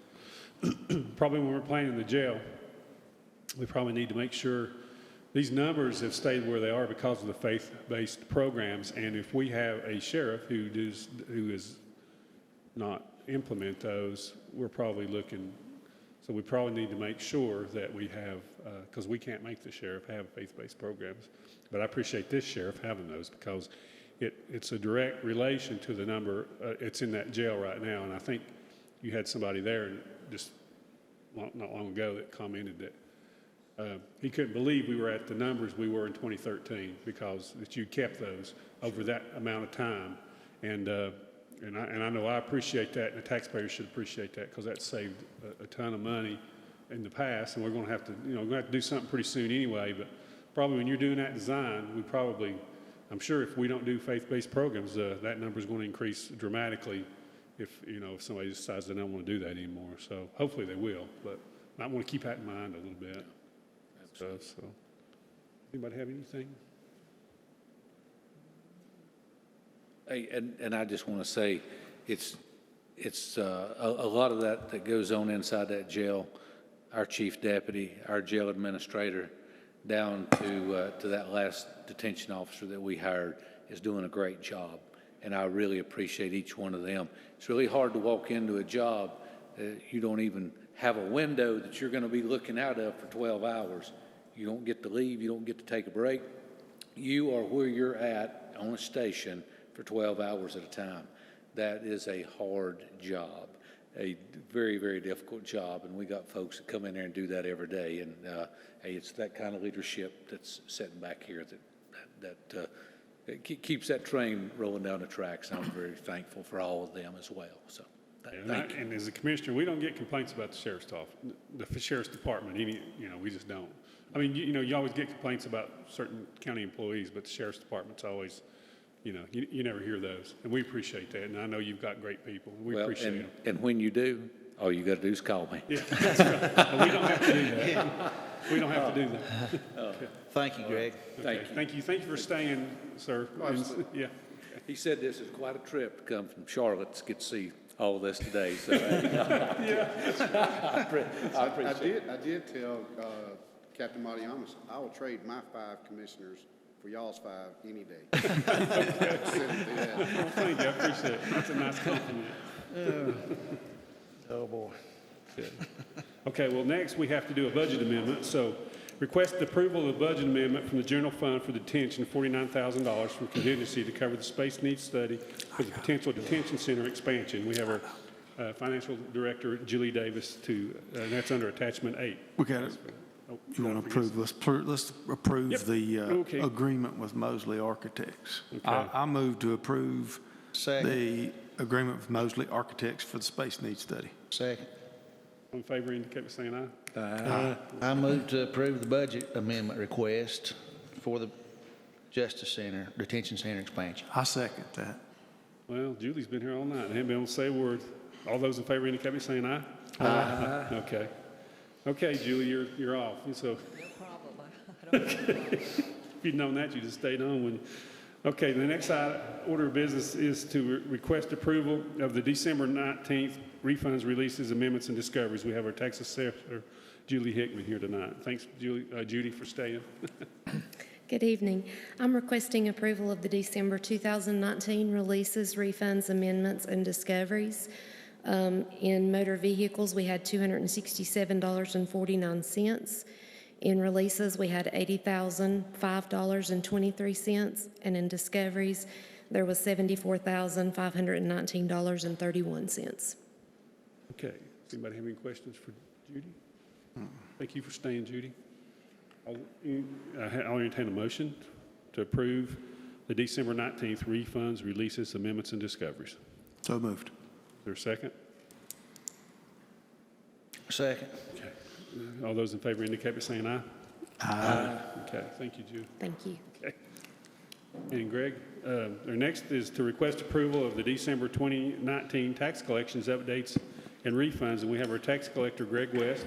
That's under attachment 10, and that's a great report, Greg. That's the highest it's ever been. Thank you, Mr. Chairman. As of December 31st, 2019, the Collections Department has collected $30,657,643.56 for a collection percentage of 76.24%. As of yesterday, we have moved up to 91.42% for $36,780,000. We have a remaining balance of $3,441,372 in 2019 taxes. That's out of $40 million that we were scheduled to collect. In December, we collected $10.6 million in current taxes, and just like to give a shout out to the staff.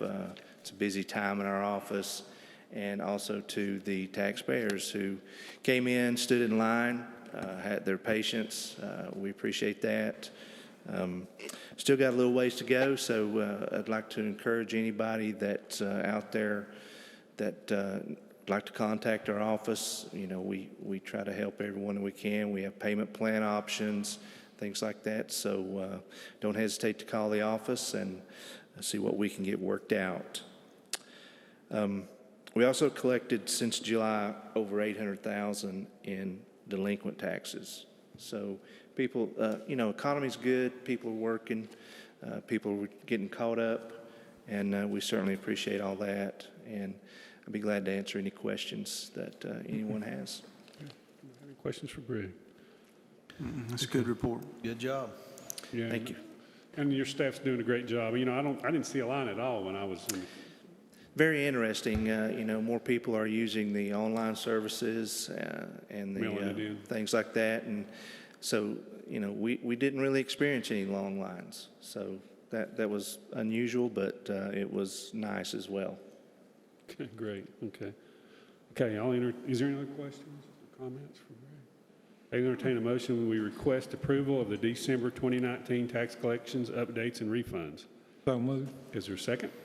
Second. Okay, all those indicate by saying aye. Aye. Okay, that's unanimous. Thank you. Thank you, Greg. Have a good evening. Thank you for waiting around. And finally, we get to appointments, and I see Lynn Collins out there, and I appreciate you staying, Lynn, because I know you've been here all night. So we want to request approval of 4 positions to the Tourism Development Authority Board, and that's under attachment 11. And do you have any comments, Lynn, on any of those? Okay. I appreciate you. I know you probably had to call and ask a few people, because I guess I know that we're not picking from anybody. And we interviewed them, and they sounded like great folks. They're going to be a great addition to our TDA board. So go ahead, Brian. Thank you, Mr. Chairman. We have Rob Huckabee. He's lived in Haywood County for 7 years. He currently is the Chief Operating Officer / General Manager for Lake Junaluska. He is more than qualified with his work there. We also have Miss Seymour. She currently works at the Swag. It's a smaller venue than Lake Junaluska, but her entire working career has been associated with hospitality. The next one is Colleen Davis. Ms. Davis currently is the owner, operator of the Jeweler's Workbench here in Waynesville, but a lot of her experience comes from the hospitality, so she brings in hospitality and downtown merchant.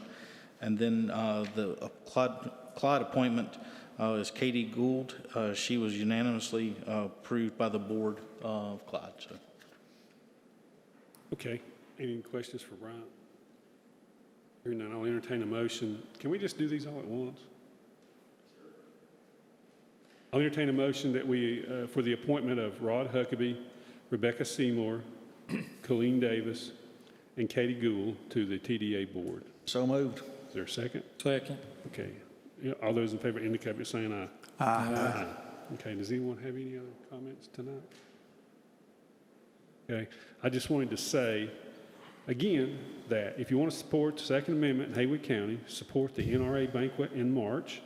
I talked to a lady during the recess. She said her daughter was a cheerleader and was a member of the shooting club, and the girls were better than the boys. So anyway, so you might think it's just a bunch of guys, but it's a bunch of guys and gals. So one other concern, I've shared it from this seat about pedestrian safety. And Greg, did we have a fatality over the last few days out on Clyde Road? Yes, sir. Pedestrian had black clothing on. Yes, we did. Yeah. The highway patrol worked with the fatality, but young man walking to work at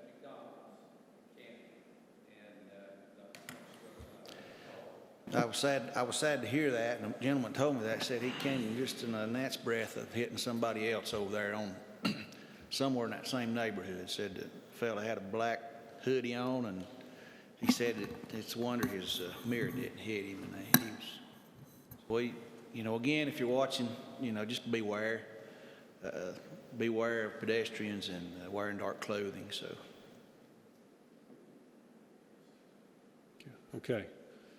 So, and I appreciate it. We still got a few people here that stayed the whole meeting, so thank y'all that came. You usually don't come to these, and y'all stay for the whole meeting, so thank y'all for doing that.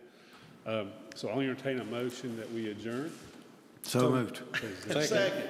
All in favor, say aye. We're adjourned. Thank y'all for coming.